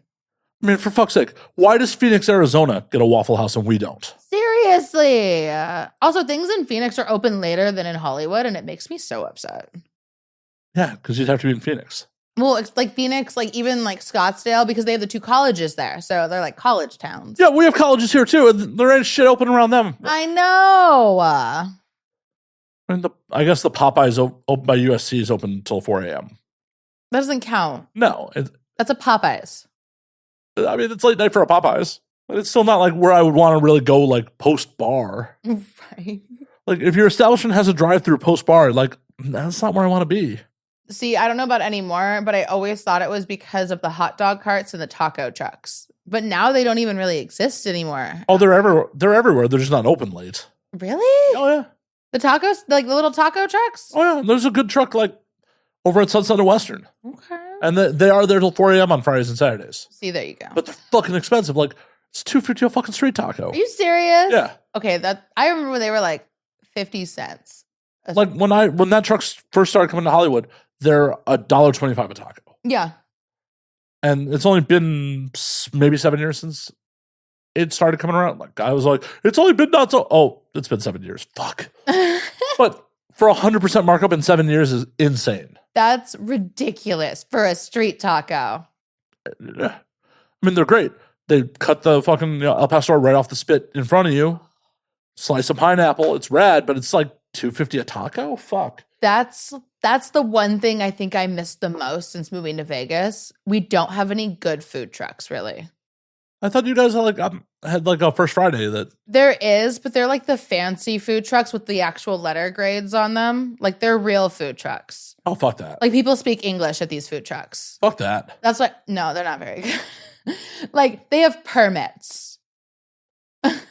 Well, and that's what fucked this truck. They made getting permits easier. So this place, like in the last couple of years, got a permit and started charging taxes on top of the tacos. I'm like, no, motherfuckers. You know what? At least you know that taco truck's always going to be there now. They've been there for years. No one is fucking with the taco trucks. They were already been there for years. I wasn't worried about them going away. Right. But yeah, that's the one thing I miss about living in Hollywood and just LA in general is all the really good food trucks. Not just like Mexican food trucks, but like there's a bunch of them that'll pop up like here and there. No, for sure. And like legitimately there are some things I do miss about Vegas, but between the two, I don't want to move back, but part of me is just like, do I move back? It's really cheap right now if you do move. Really cheap. Yeah, my lease is up in October, but I also told myself like if I move back to Vegas, I'm getting a fucking house with a pool. Oh yeah. Oh, or no. Get a house without a pool because a pool is really annoying. I want a pool. Make friends with someone with a pool. No, I want to be able to just like roll out in the middle of the night and like float and smoke a cigar. Okay, you're one of those people. See, I'm not that person. I have a pool right now, and if I had to get a pool again, I would never do it. I wouldn't get a pool again. Why? Because I never use it. I don't like water that much. It's one of those things where I tell myself in my mind I would use it. My first LA apartment, I used the pool twice. See, that was me. I was like, I really want a pool. It's Vegas. It's so hot. I'm going to use it all the time. No. See, I've been in that pool one time. do you have a hot tub attachment? Or Yeah. See, I would be in the tub all the time. I would be tubbing it. See, but then you have to deal with your gas bill. Yeah, utilities in Vegas are fucking expensive. See, I want one of those like mini spas that they sell now that are like a cute 4-person that it's electric now. Well, good. Yeah. And they run, or if they're not electric, they run off of like propane. So you just like pull up a propane bottle. See, I feel like if you find new construction in Vegas, you can find like a fucking hot tub that's electric powered. Oh, exactly. But I don't want to live anywhere where the new constructions are. They're all up north. Yeah, you don't want to live up like, in the fucking mountains. They're in like Centennial Hills, and like that's just like too uppity. They're too prissy for me up there. There's no food. Well, fuck that. They're 30 minutes. Like that was what really sold me. I was looking at these beautiful houses up there. Beautiful. Before I even knew about the people, I literally went up there one time, and I was only like 20 minutes from the strip, so it wasn't that far. No food. There's no like mom and pop restaurants. There's no open late restaurants. It's literally just all fast food. Fuck that. Like, that's how I judge the city. Like, if all I can get is chain restaurants and fast food, fuck this place. That's all that was up there. And I'm like, no, I'm good. Nope. I'll go back down south. Thank you. Also, one of my weirdest like biases in this world is if your kitchen staff's all white, I don't want to eat there. You know what? I'm with you. It's just like, there's nothing but white people? No, this ain't right. Nope. That's so true. Is that fucked up? I don't know. I mean, depending, what are we eating? It doesn't matter.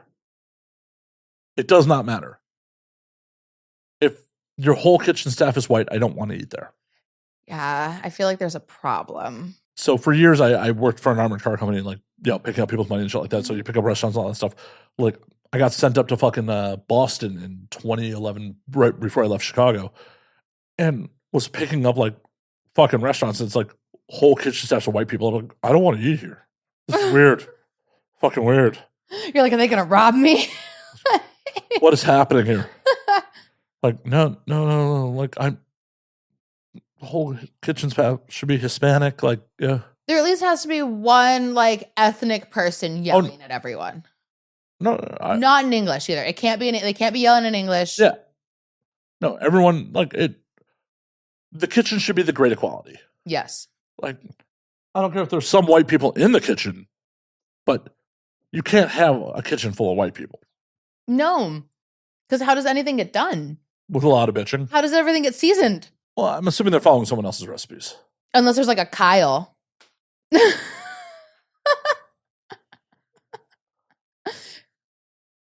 Do those basic white people still exist? Yes, they do. I've met a couple.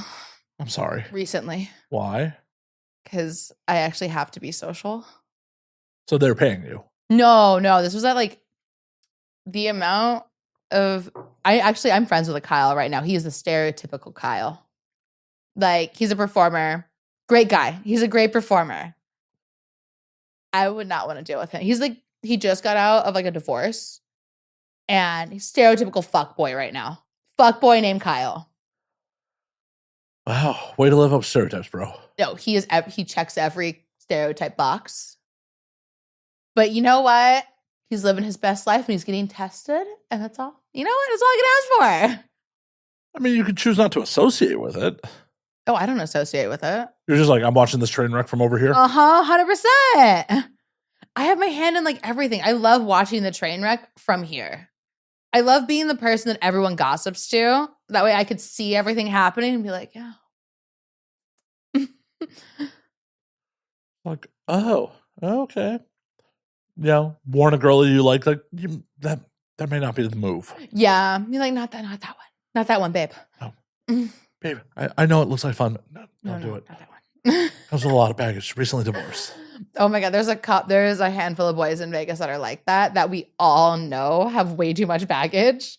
The problem is living in Vegas is already a red flag. Serious, growing up in Vegas is a red flag. Oh, I'm trying to think like how many people I actually know like that grew up in Vegas. Like I only know a handful of people that grew up in Vegas. Actually, most of them are pretty cool. Really? Yeah. 3 of them are non-industry. Okay, that's different. And the one person I know industry who grew up in Vegas, like I think she's pretty cool. Okay. Recently did the show. Nice. Maybe it's not. Maybe it's just a yellow flag.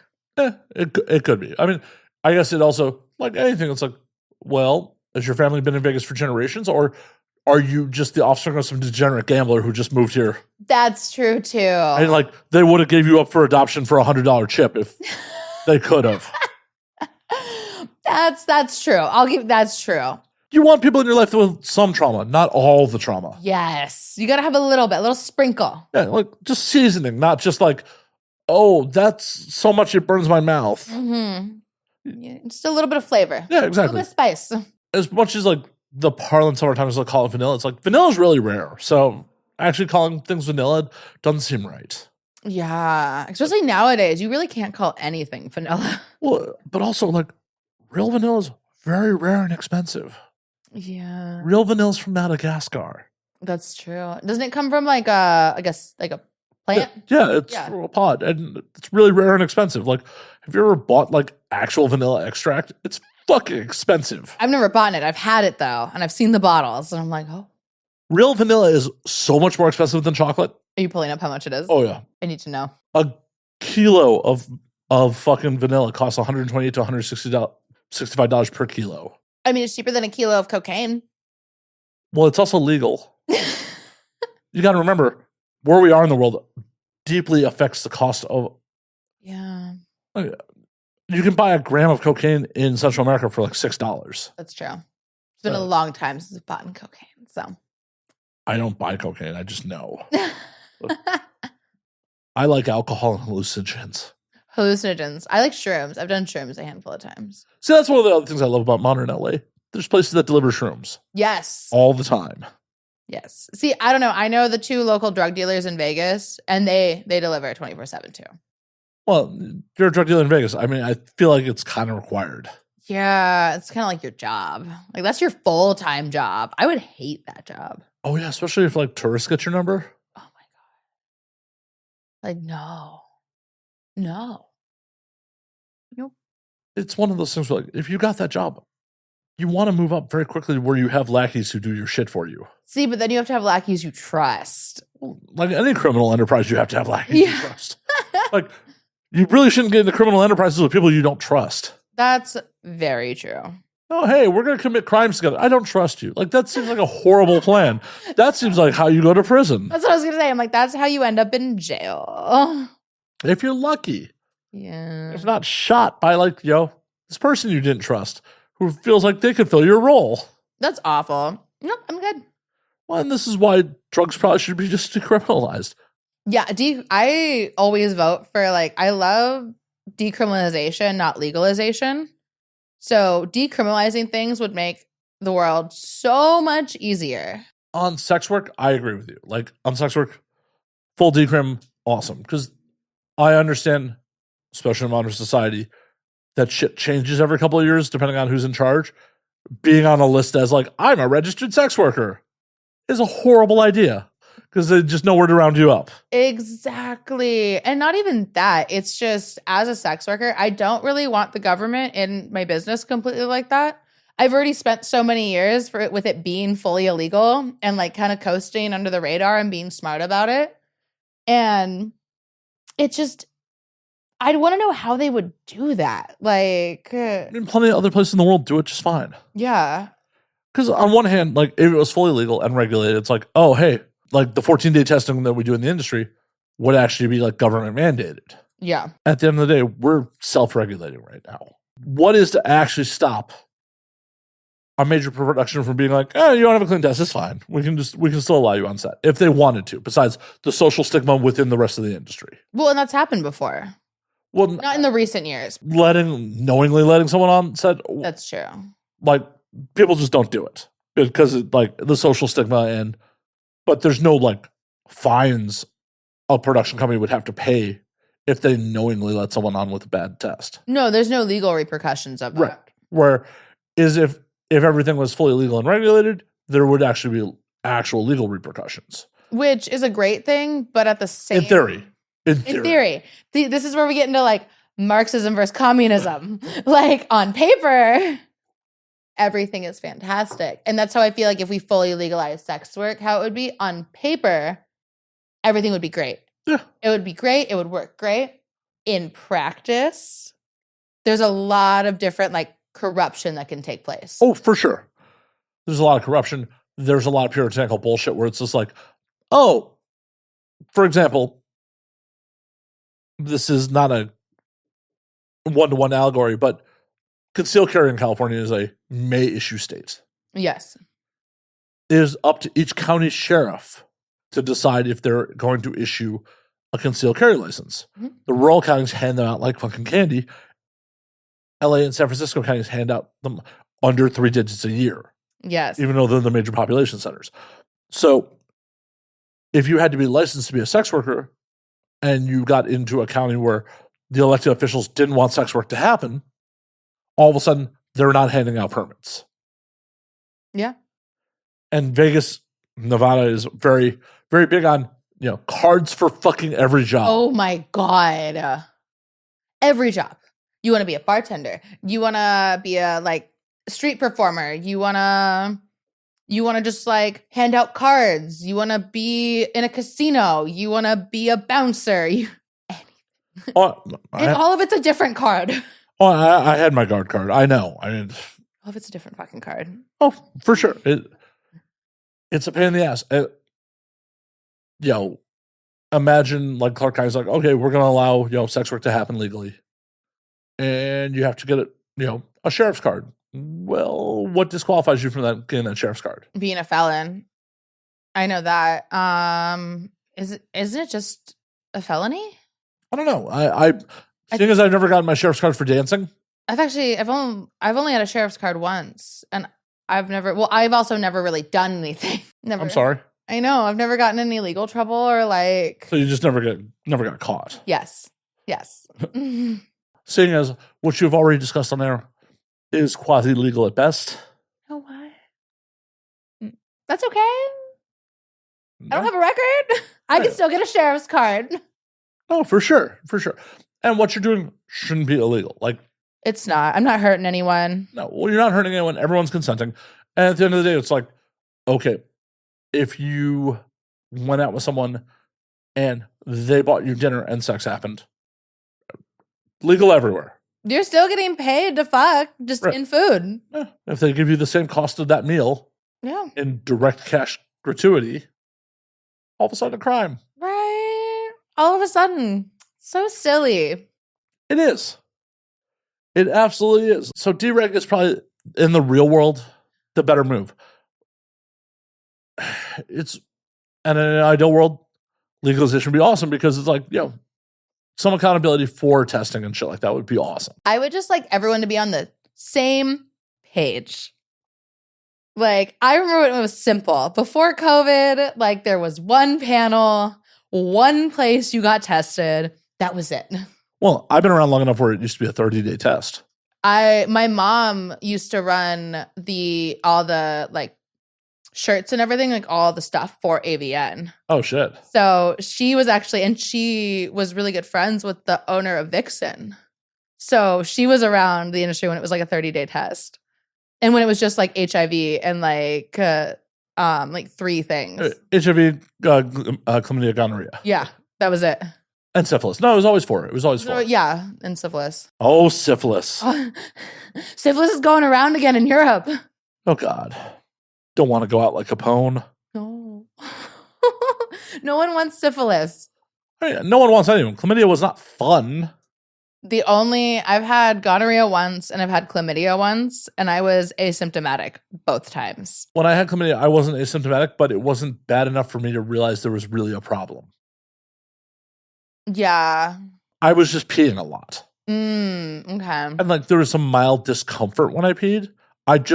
Being a dumb dude was like, I got a UTI. I'm just going to drink a lot of cranberry juice. Yeah. No, literally, legitimately what I thought. I just thought I had a UTI. I was just slamming cranberry juice and pissing a lot. And then after like 2 weeks when it didn't clear up, I went, like, I need to get tested. And they saw my urine sample, like, we're giving you antibiotics now. Oh, it was that bad. Like, oh, I'm just a dumb dude. That's okay. There's a lot of dumb dudes out there. There are. I mean, it's okay. Cranberry juice, dark beer, and whiskey actually will get rid of a UTI. So I don't get them. Yeah, you have your natural antibiotic. Yeah, exactly. That one was not defeated by whiskey, sadly. Oh.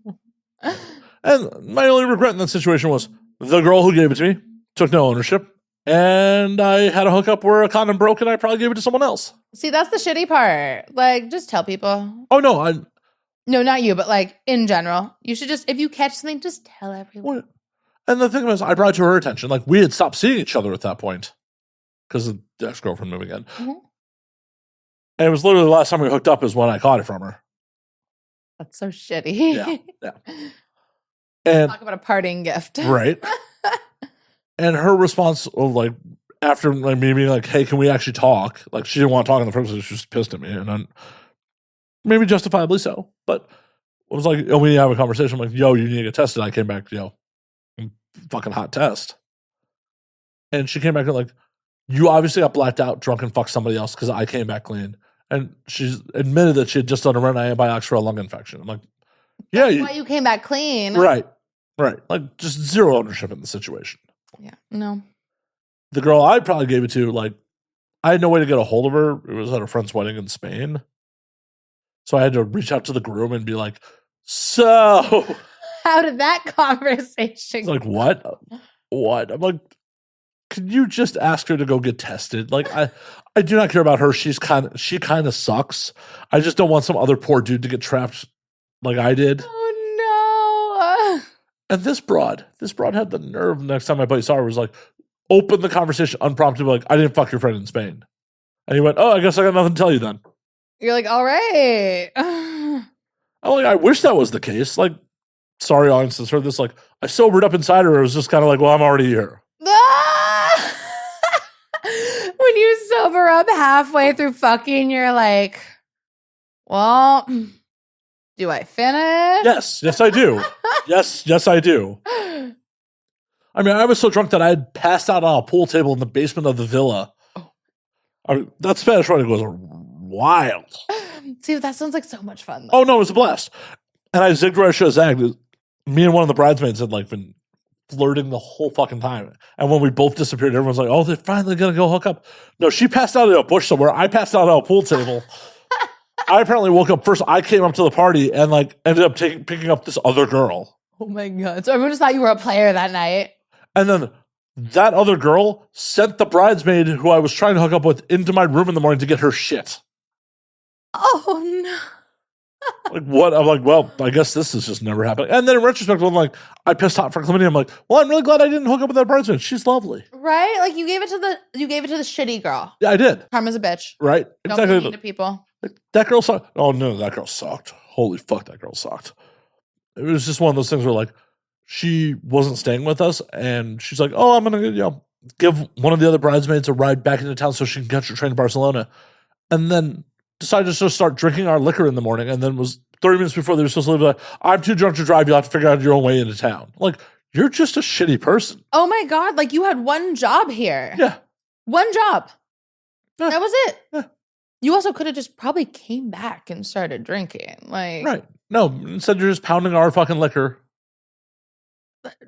Instead of being the responsible friend. And that you offered to do. It wasn't even like someone asked her. She offered to do this. And then. That's horrible. Yeah. No. It's like, God, I fucked you last. Fuck. I haven't had a lot of those, honestly. I haven't had a lot of those wake up the next morning and being like, oh, no. As I said, while I was inside her, I was like, fuck. You're like, how did I get here? Alcohol and horniness is how I got there. 100%. I know exactly how I got there. Alcohol, horniness, and your dick working when you've been drinking. Oh, yeah. No, generally my dick works when I drink. Finishing is the problem when I drink. Yeah.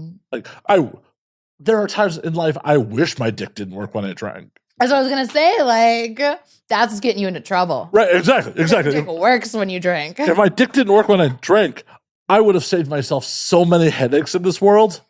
But since it does work when I drink, it's like, fuck. Sure, I'm game. Awesome. Like, fuck it, it's working, it's up. Like, it's up. I'm now, because I'm drunk, I'm definitely horny. Okay, you want it? Yes. You're like, here we go. Yeah.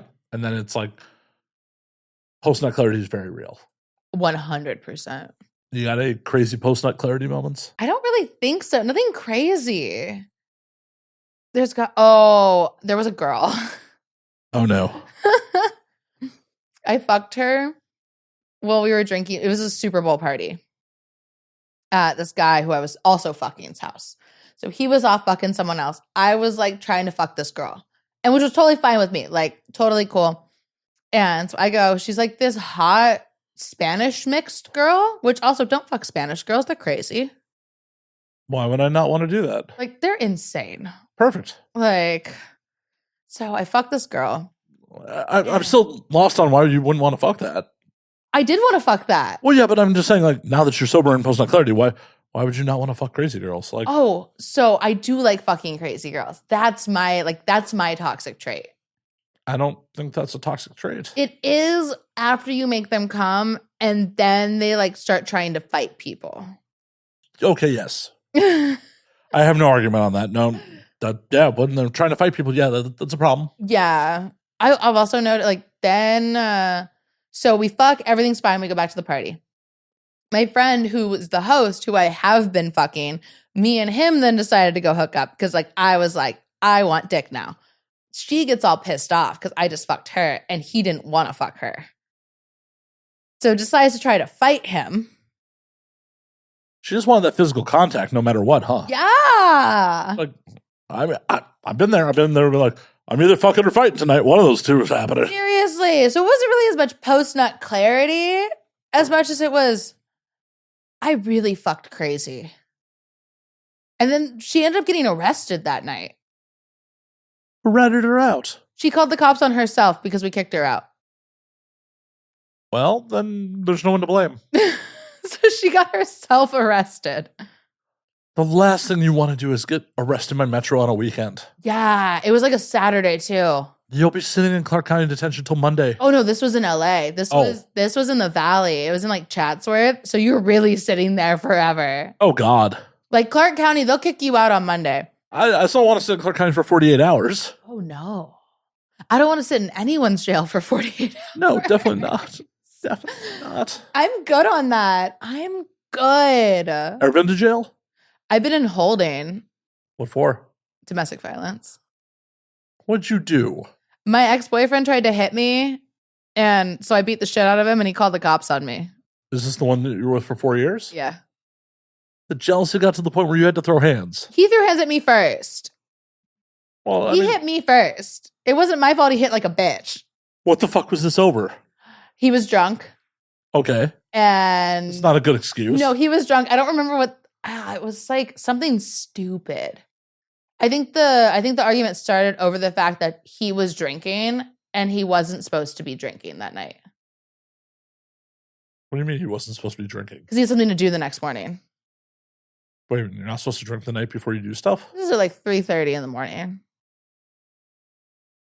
I'm still confused. I'm still very confused by this statement. Yeah. No, I don't know. I don't remember what the fight started over. I really don't remember what the fight started over. And then you beat him up? I mean, I didn't beat him up. I just I didn't break his nose either. I just gave him a bloody nose. And like he had a couple bruises on him. And then we both got arrested because he called the cops. You both got arrested? Yeah, we both got arrested. See, but I only stayed in holding for like 4 hours while they processed me. And they like caught and released me. And they gave me a court date. He stayed there for like 4 days. Well, that's what you get for snitching. Don't call the cops. Well, don't fight women. Yeah, also don't hit women. Yeah, look, Don't hit women. that's a really easy solution. And then I got dropped. So literally, I get a court date, right? That I have to show up in this county where I'm not from. Wait, were you guys on vacation fighting? No, we weren't on vacation, thank God. It was just it was a different county than the one I was living in, and I was traveling all the time for work. So I had to make sure I was home. That way I could drive the hour to the courthouse. So you had to go up to like Ventura County? It was the Lancaster courthouse. Oh, God. That's the one it kicked it to. Oh, that's such bullshit because it's like, oh, this is still technically LA County. Enjoy. Yeah. No, here's Lancaster though. Go take a drive to the fucking desert. Yeah. Like technically LA County. Enjoy. So I get my cute little court date slip. On the slip it says I have to show up because my docket is at 7:30 in the morning. The fuck? I get there at like 7:20. I walk up to the courthouse door. So this courthouse doesn't open until 8:30 in the morning. The fuck?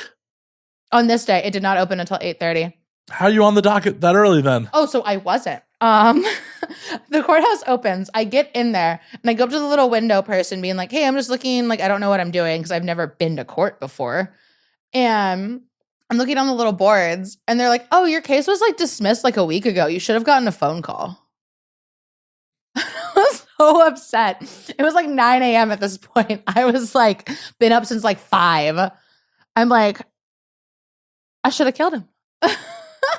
Did you stay with him after that? No. Okay. No. That was the straw that broke the camel's back? There was like a little bit of off and on, and then like he wouldn't fix his ways, so I decided to leave. What made you decide to keep it on and off? The really good sex. If I'm being completely honest, the really good sex. I mean, there's nothing wrong with admitting that's why you stay. I've definitely done some things in the name of like, oh God, that was a good lay. Like, you know, like that, like it was that perfect level of like extreme toxicity and like fighting that just made it so good. It's like, I feel something while I'm doing this.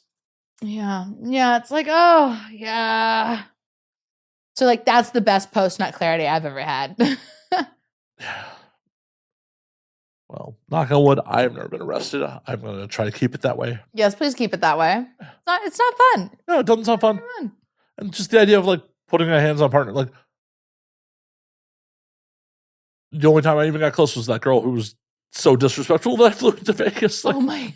Like, just because after her being that disrespectful, we got into a fight on like the car ride up to Mount Charleston because she wanted to, like hike Mount Charleston. And she's just continuing to like be disrespectful to me in the car. I'm like, pulled over, like, get the fuck out. And she's just like, no. I'm like, get the fuck. Like, I cocked my fist back. Like, I was so angry, but like, Yeah. I didn't swing. I didn't put hands on her, but like, this is the only time in my life I've thought about putting hands on a woman. Well, and like there's just some moments where you're just so angry that you just have to like remind yourself. Be like, no, we just don't hit people. Yeah. Well, sometimes you hit people. Sometimes they deserve it. Yeah, sometimes you hurt. But hitting a girl who's half my size and I'm the one instigating it because of her words, I'm in the wrong. Yeah. Oh, I'm a full proponent of like, if a woman hits me and like wants to come at me like a man. Oh, you have a full right to defend yourself as Right. a man. Right. Like, if you want to put hands on me first, okay, this is a choice you have made. I'm going to defend myself. Exactly. Because then she hit you first. Right. Girl, boy, whatever. They hit you first. You have a right to defend yourself. 100%. You can hit them back. No one has emotional control over you. You are the one making the decision. Yes. So no one's words should bring you to violence. Defending yourself is more than fine, but being disrespected. Yeah. In the moment, it's just like, but you have to take a step back and be like, no. Those are just words. Yep. And in 30 minutes, it's really not going to mean much. No. It super didn't. See, people, I've met a bunch of girls recently too. They're really sensitive sometimes to the online comments they get. And I'm always like, I always just ask them, like, what is it really doing? Like, what emotionally is this affecting you in your actual life? Because it's really not. You're the main character of your story, and someone has the audacity to say something negative about you. So it's like the human response is to want to lash out, want to fight back, want to be affected by it. It's a developed muscle to be like, oh, these people don't matter. Yeah. At the end of the day, no one who is happy and successful takes the time to make a stranger feel like shit. Exactly. Like, why would you be bothered by someone who has such little shit going on in their life that they're going to try to make you feel bad? Oh, I have like whole hate groups about me, and I love it. I love the fact that I live rent-free in these people's brains. Dude, you're stepping it up. Like, I don't even have hate groups. Oh, I have like a couple hate groups. Are they on Reddit? Yeah.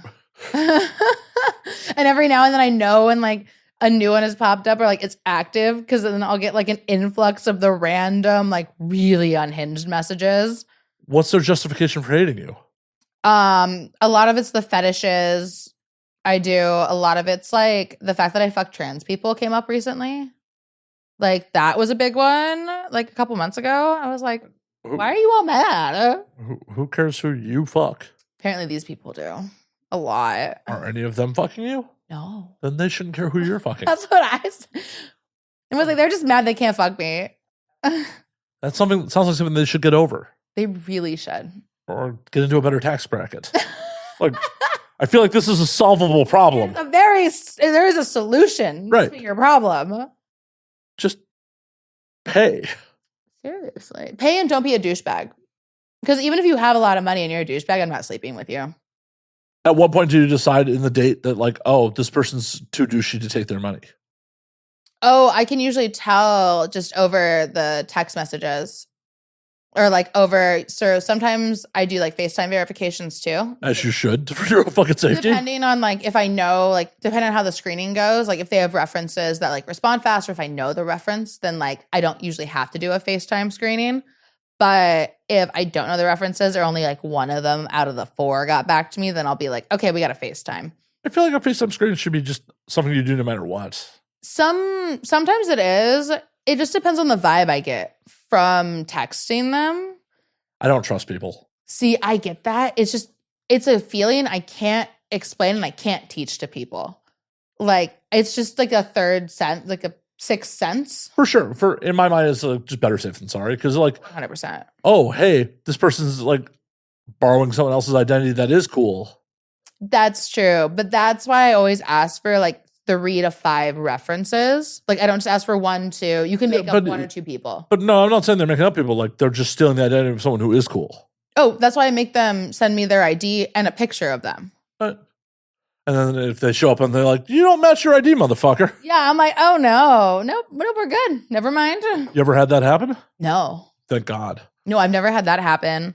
I've only ever had to cancel 1 date ever.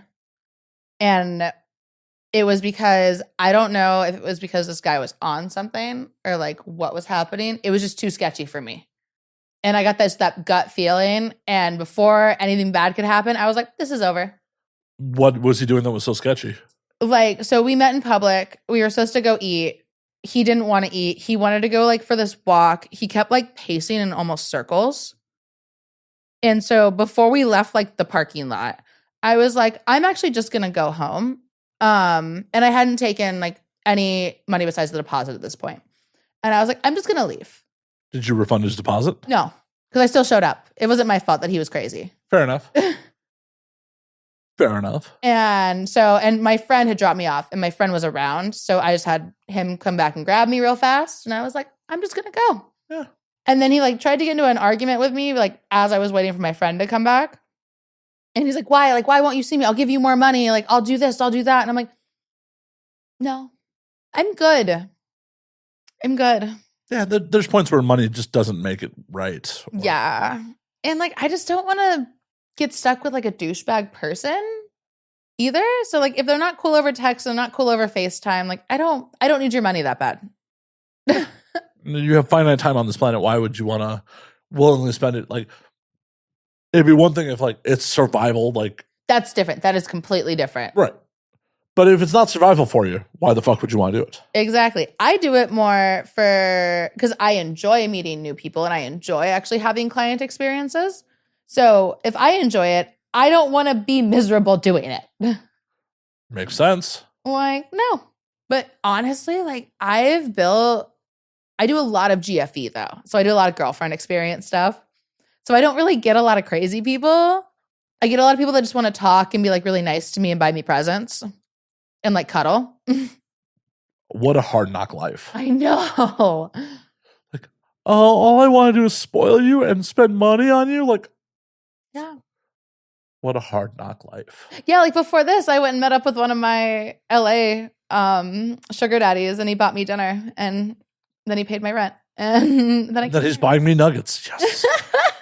And I love him. I've been seeing him for like 6 years. It's great. Hell yeah. I love the trickle down economy that I get nuggets out of this. So Exactly. But people like that, like I don't see people for survival, so I get to be picky.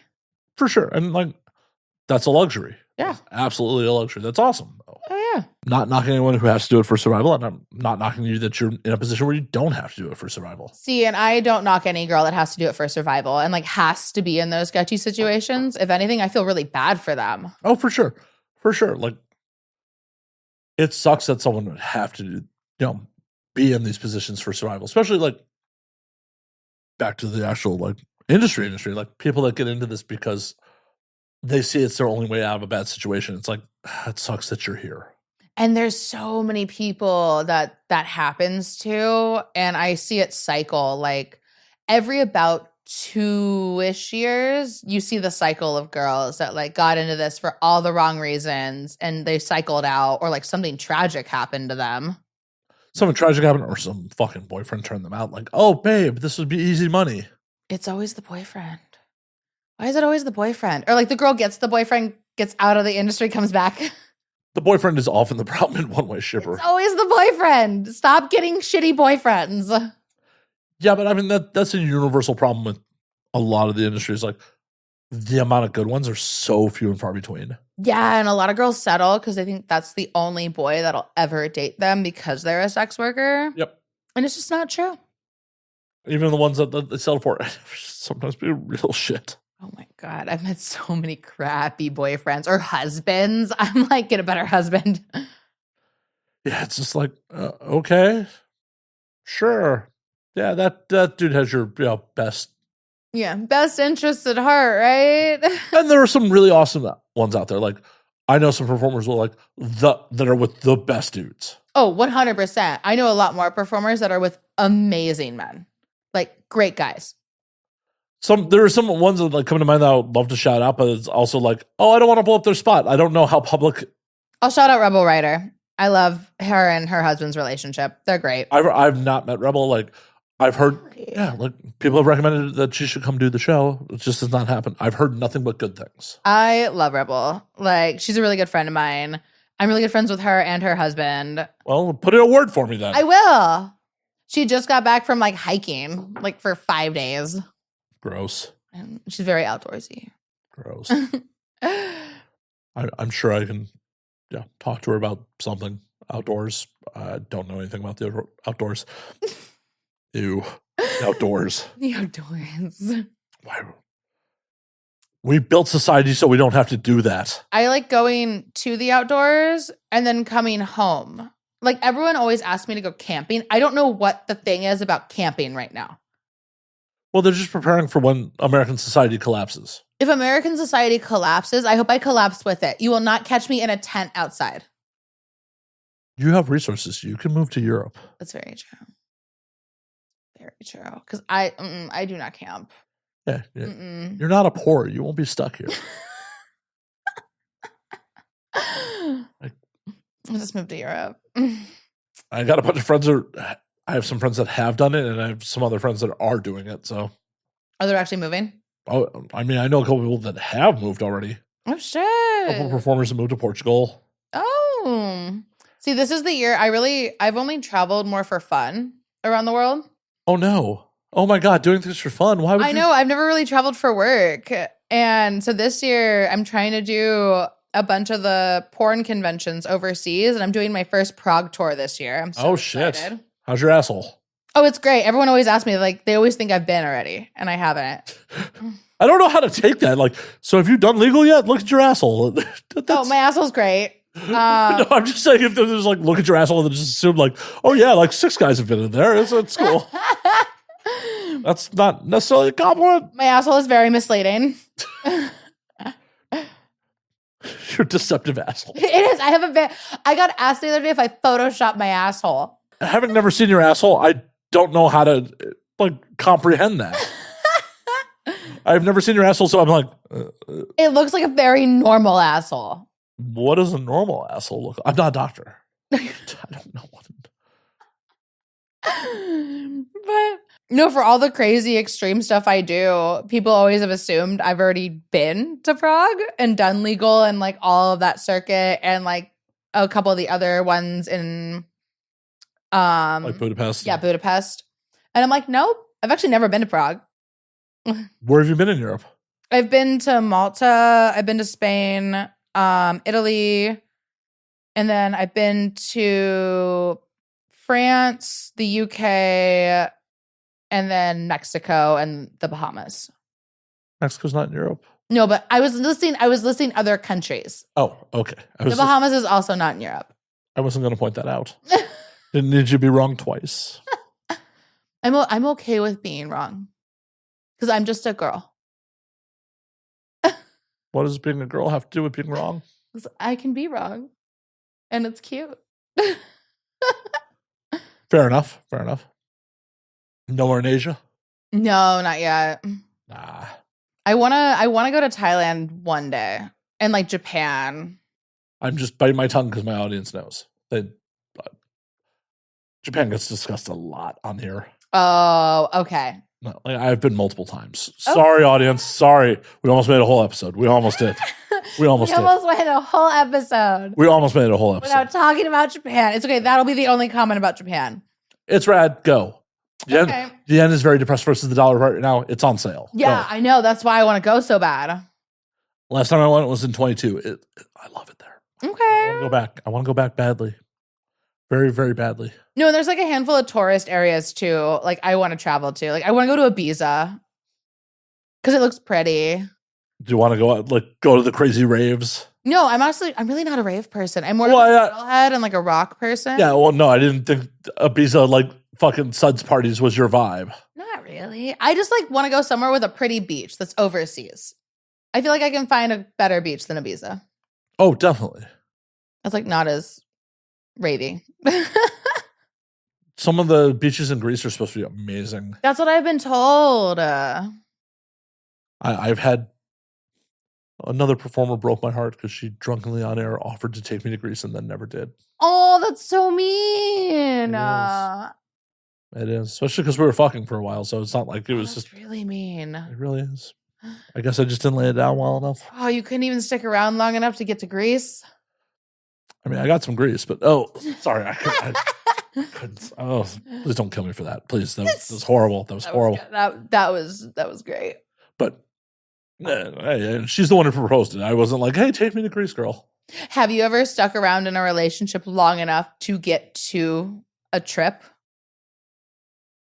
Ooh. Like if you had a trip planned and you kind of just are buying time because it's already paid for. Oh yes, actually yes. Yeah, if it's already on the books and you're kind of just biting your tongue until it's over. Oh yeah, no, I had an ex-girlfriend in 2003 where we booked airfare while we were still together, and she even in retrospect, I don't know how I didn't see the writing on the wall. She said to me a couple of times "We'll see what happens after the trip." That's we're sticking this out until the trip. Oh no, we ended up breaking up before the trip. And I was still living in Chicago. She was from Connecticut, had moved to Chicago to live with me. She ended up going back to Connecticut and then came back to Chicago to fly to the trip with me. Oh, you guys still took the trip together? Oh, yeah, we still took the trip. How awkward was that trip? Oh, it was super awkward. It was to a gaming convention in SF. And we had a room booked together and everything. And she was with someone else already. How did that someone else feel about it? She is oh, can he stay in the room with us? I'm as long as he pays for a third of this fucking room. Seriously, at that point, make your money back. And all my friends are dude, do you want to stay with us? That's so awkward. I'm no. I'm going to make sure they don't fuck. I'm sleeping in my fucking room. I snore. You're I will be the biggest cock block. I'm not going to overtly cock block. I'm just going to cock block by my existence being here. Yeah, you're just going to be there. I am not changing my routine in any way, shape, or form. And that will just be a cock block. But yeah, oh yeah. Yeah. That's the only one. That sounds awful. Oh, in retrospect, it's probably pretty horrible for everyone involved. At the time, I just was like, I was over her at that point, so I was just laughing about the situation. Yeah. That's all you can do in that situation Yeah. is like have a good time still. Yeah, I was still having I had a blast on that trip, and like was trying to fuck other people like during the convention. So Exactly. So you can still go to other people's rooms to fuck. exactly. But I'm gonna come back here covered in someone else's grease and snoring. Exactly. Cock block you too, but he's still paying for a third of this fucking room. Yeah. That's honestly, I would have said that too. I've been like, no, bring your new boyfriend. Well, it's like a dude I knew. Like it wasn't. That's the plot thickens. Yeah, it's like a dude I knew. I'm like, hey, what's up, man? Like, yeah, she got around. You know what? How was the convention though? Oh, it was fun. It was a good time. Good time. Just Kubla Khan, 2003. Oh. Like fucking annual like I want to say Memorial Day weekend, like fucking gaming convention up in fucking SF. Nice. And it's like the first time I'd ever been to the Bay Area. I was just like coming from Chicago. I'm like, this place is hilly. This like elevation changes. This is weird. Yeah. San Francisco is wild if you've never been there. Well, at that point, I'd never been to California. That was the first time I'd ever stepped foot in California. Oh, full culture shock. Yeah. Like the Midwest is fucking flat. Yeah.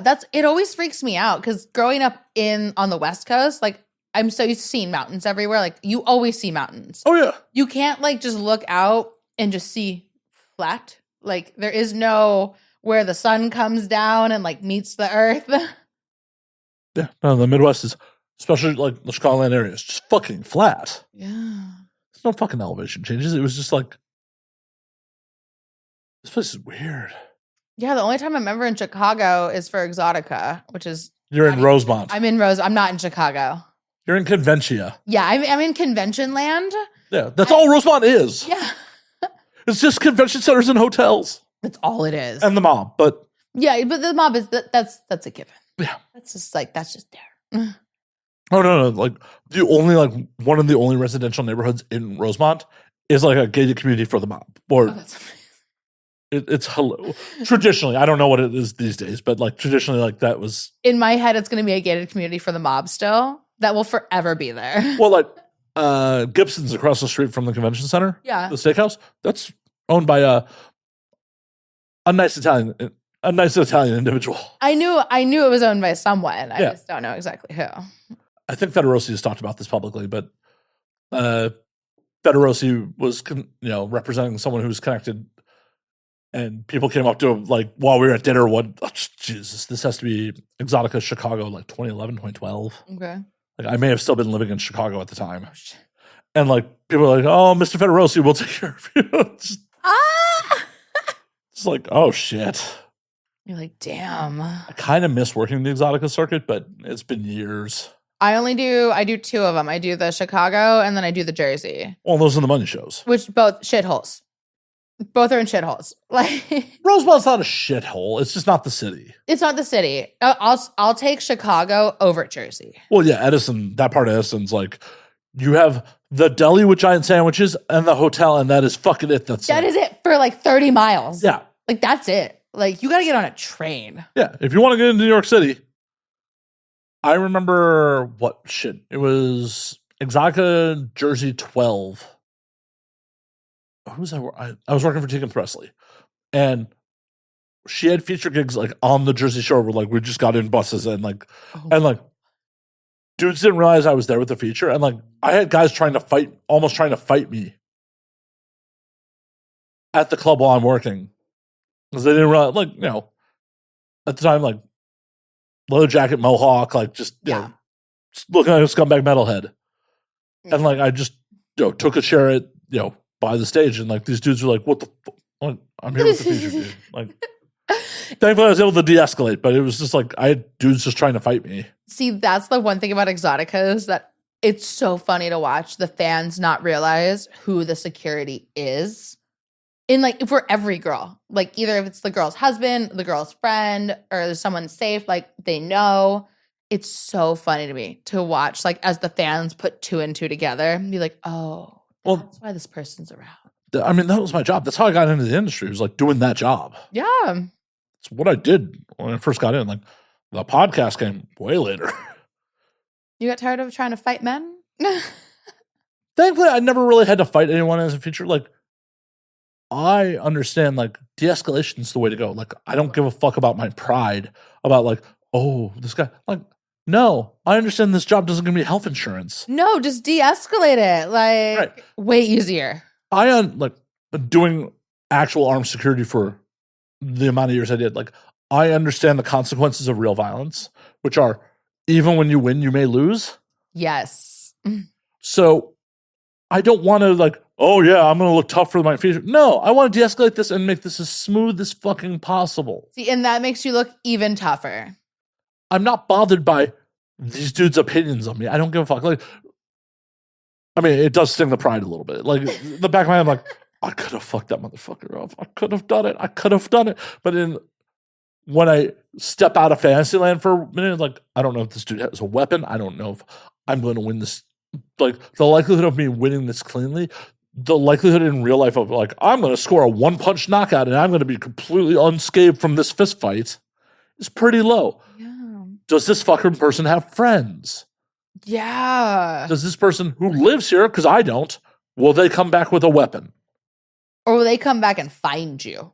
Because you're Right. here for a couple days. Exactly. Like, why would I want to escalate things because of my fucking pride? Why would I want to fuck with my feature's money because of my pride? There's no point. I'd much rather be like, dude, let me buy you a shot. Like, Serious. I feel like a lot of things, especially with men, could be solved by you guys just buying each other a drink. yeah. Like, Yeah, man, ain't that big a deal. Let me buy you a shot. Like, you set my Siri up. oh shit. Well, not my bet. Not what I intend to do. But yeah, like, too many people get into security for the fucking wrong reason. Too many dudes get into security for the power trip and, like, because they want to just, oh, I want big man. Like, no, man. I want to make things as seamless as fucking possible. If violence happens, it's because I had no other choice. That should be how it is. Yeah. But I did DC once. And that was awful. It's not in DC, it's in Virginia. Of course it is. It's in Virginia. I almost got stuck in Virginia because of a snowstorm. I was so upset. I was like, this plane better take off. This plane better take off. Get me out of this mess of a place. DC didn't exist when I was doing the circuit routes regularly. I don't know why they're keeping it there. They usually move that one. Like, they've moved it to Portland. They've moved it. They were just Texas once. It's been Texas was a nightmare. Like, they were just trying to find another home because, like, Jersey, Chicago, and South Florida were, like, the staple shows, and they were trying to find a fourth show. Yeah. And then they tried Denver, they tried Portland, they tried DC, they tried Dallas, till got, like, fucking protested to all shit. Yeah, I remember all that shit. It was, a lot of those shows were fun. Like, a lot, especially because, like, the people I was working for was always working, like, I guess it's the Bad Dragon booth these days, but in those days it was the club booth. Yeah. Like, the big center booth. Yeah. And, like, I'd smuggle bottles of booze in, so we'd be drinking inside the booth. Oh, we still do that. We all still do that. Oh, like, we as exhibitors, well, like the Bad Dragon booth, that's what it is now. I think the Loyal Fans booth, which is another really big one. All the Chatterbait people, they all smuggle booze in. And then a couple of us, like, smaller exhibitors, we all come in the day beforehand, like early the day beforehand, when, like, they're still trying to find all the pass envelopes for people to set up. And you can always tell who's smuggling things in for the convention weekend because it's who's there at noon on Thursday. If you're there at noon on Thursday, you're bringing stuff in that's probably not supposed to be there that weekend. Well, I know with Jersey, they're like, if they catch you with booze, they will arrest you. Yeah, well, and on Thursday morning at noon is the only time you can guarantee that security will not search your bags because everyone is setting up and there's so much going on. There's so much chaos that there's no security. I'm not worried about security even when it's there. Like, I historically, like, AVN at the Hard Rock used to bring bottles onto the show floor. Oh, yeah. Because it's like, oh, I'm going through the exhibitor. Oh, let me check your bag. Open. and walk through. Like, I understand working in that profession, those people make not enough money to actually give a fuck about people that they don't consider actual threats. Oh, 100%. Not this past year, but when it was at Resort World, I was signing at AVN and I had my suitcase and I had a big jacket on. In my suitcase, I had a handle of vodka and a handle of Jack Daniels fully in it. Cause the day beforehand, they hadn't searched my suitcase. They just like wanded me. And I was like, okay, cool, whatever. I walked through and they're like, we have to open your suitcase. I'm like, okay, cool. Like, just so you know, there's gonna be stuff in there. Like nothing, there's gonna be something in there. He literally zips it open. I want to say this much. Puts a stick in it. Pulls a stick out. Goes, you're good to go. Yeah. I went, okay. So the last ABN I did was 22, like the first one at Resort World. I heard that one was awful. I didn't do that. I got FOMO because I hadn't been to one since 18. I'm like, oh, a bunch of people. Fuck it, I'm gonna drive out. I wasn't planning to go like Wednesday. Everyone, like, I saw pictures from everyone. Like, I had such bad FOMO that year. Thursday I drove out, so I just drove out, got there, got set up in the media room. I did a bunch of like short form content while I was there, and I asked Brian Gross, I'm like, this is your media room, can I bring booze in here? He's like, if you can get it in. I'm like, I'll be right back. Like, what do you want to drink, Brian? He's like, tequila. I'm like, all right, cool. I just all of a sudden went down to the gift shop, bought a couple bottles, scary, open up my camera bag, I'm like, camera gear. They're like, okay, cool. Walked right back. I'm like, here's your tequila. He's like, really? I'm like, did you have any doubt that I was going to be able to get, like, well, and also as someone that also brings like their camera gear, I have so many things in like my suit. Like I bring like a carry-on suitcase that has like dildos and used panties and like naked prints. And I always put the like most crazy things on top when they open it. So they don't really want to go through everything else. And also they don't get paid enough. No. And I'm nice and I smile and I bounce a little bit and I give them stickers and I go, let me know. And you don't look like a threat. So I don't look like a threat. And I'm always covered up when I go through security. That's a big thing girls don't do. Girls get caught smuggling booze in or whatever in because they want their tits out with just pasties on, and it's not a good look. Yeah. Because then you get the dudes who are on a power trip like, oh, I can accost these girls because they're not following the rules. Exactly. And because you're not following that rule, then they want to be hard asses with their little power trip. Yep. Where if I'm already following every rule like a good person, they can't go on a power trip with me. Well, most likely they're not going to. They just don't want to deal with the headache. Yeah. And I also look really scary. So like I get told a lot by guys that I scare the fuck out of them. All right. I'm like, I think it's the neon red hair and the piercings, but not afraid. Good. Thank you. It'd be really awkward, like 2 hours in, to be like, oh, I'm terrified. Oh, it's already been 2 hours? Oh, it's been over 2 hours. Oh, shit. I was actually going to wrap this motherfucker up really soon. But no, not afraid. Just good. If you had any questions about that situation. Most people that have met me aren't afraid. It's usually the people that like are seeing me for the first time or meeting me for the first time. They're like, you were really scary looking. I'm like, how? As being an old metalhead, like... That's true, too. Like, we've hung out on various events. Like, yeah, I don't think I've ever been afraid of you. That's good. That's good. I think so. But on that note, we are going to call us because we have been doing this for over 2 hours. Yes. I told you I could talk. Good. As I said before we got here, like, oh my God, a podcast guest who can talk. Oh no. I'm like, I will talk your ear off. I'll keep going. It's good. We'll have you back on for sure. Yes, definitely. This was a lot of fun. Awesome. But before you got here, where can they find you on the things? You can find me on Twitter at XXX Taylor Nicole, on Instagram under Taylor_Nicole Kitten. And you can find everything, all my crazy stuff under either of those in my bio. Hell yeah. It was an absolute pleasure. We will do it again. Yes, definitely. Thank you for having me. My pleasure. Until next week, drink up, motherfuckers. Bye, guys. It's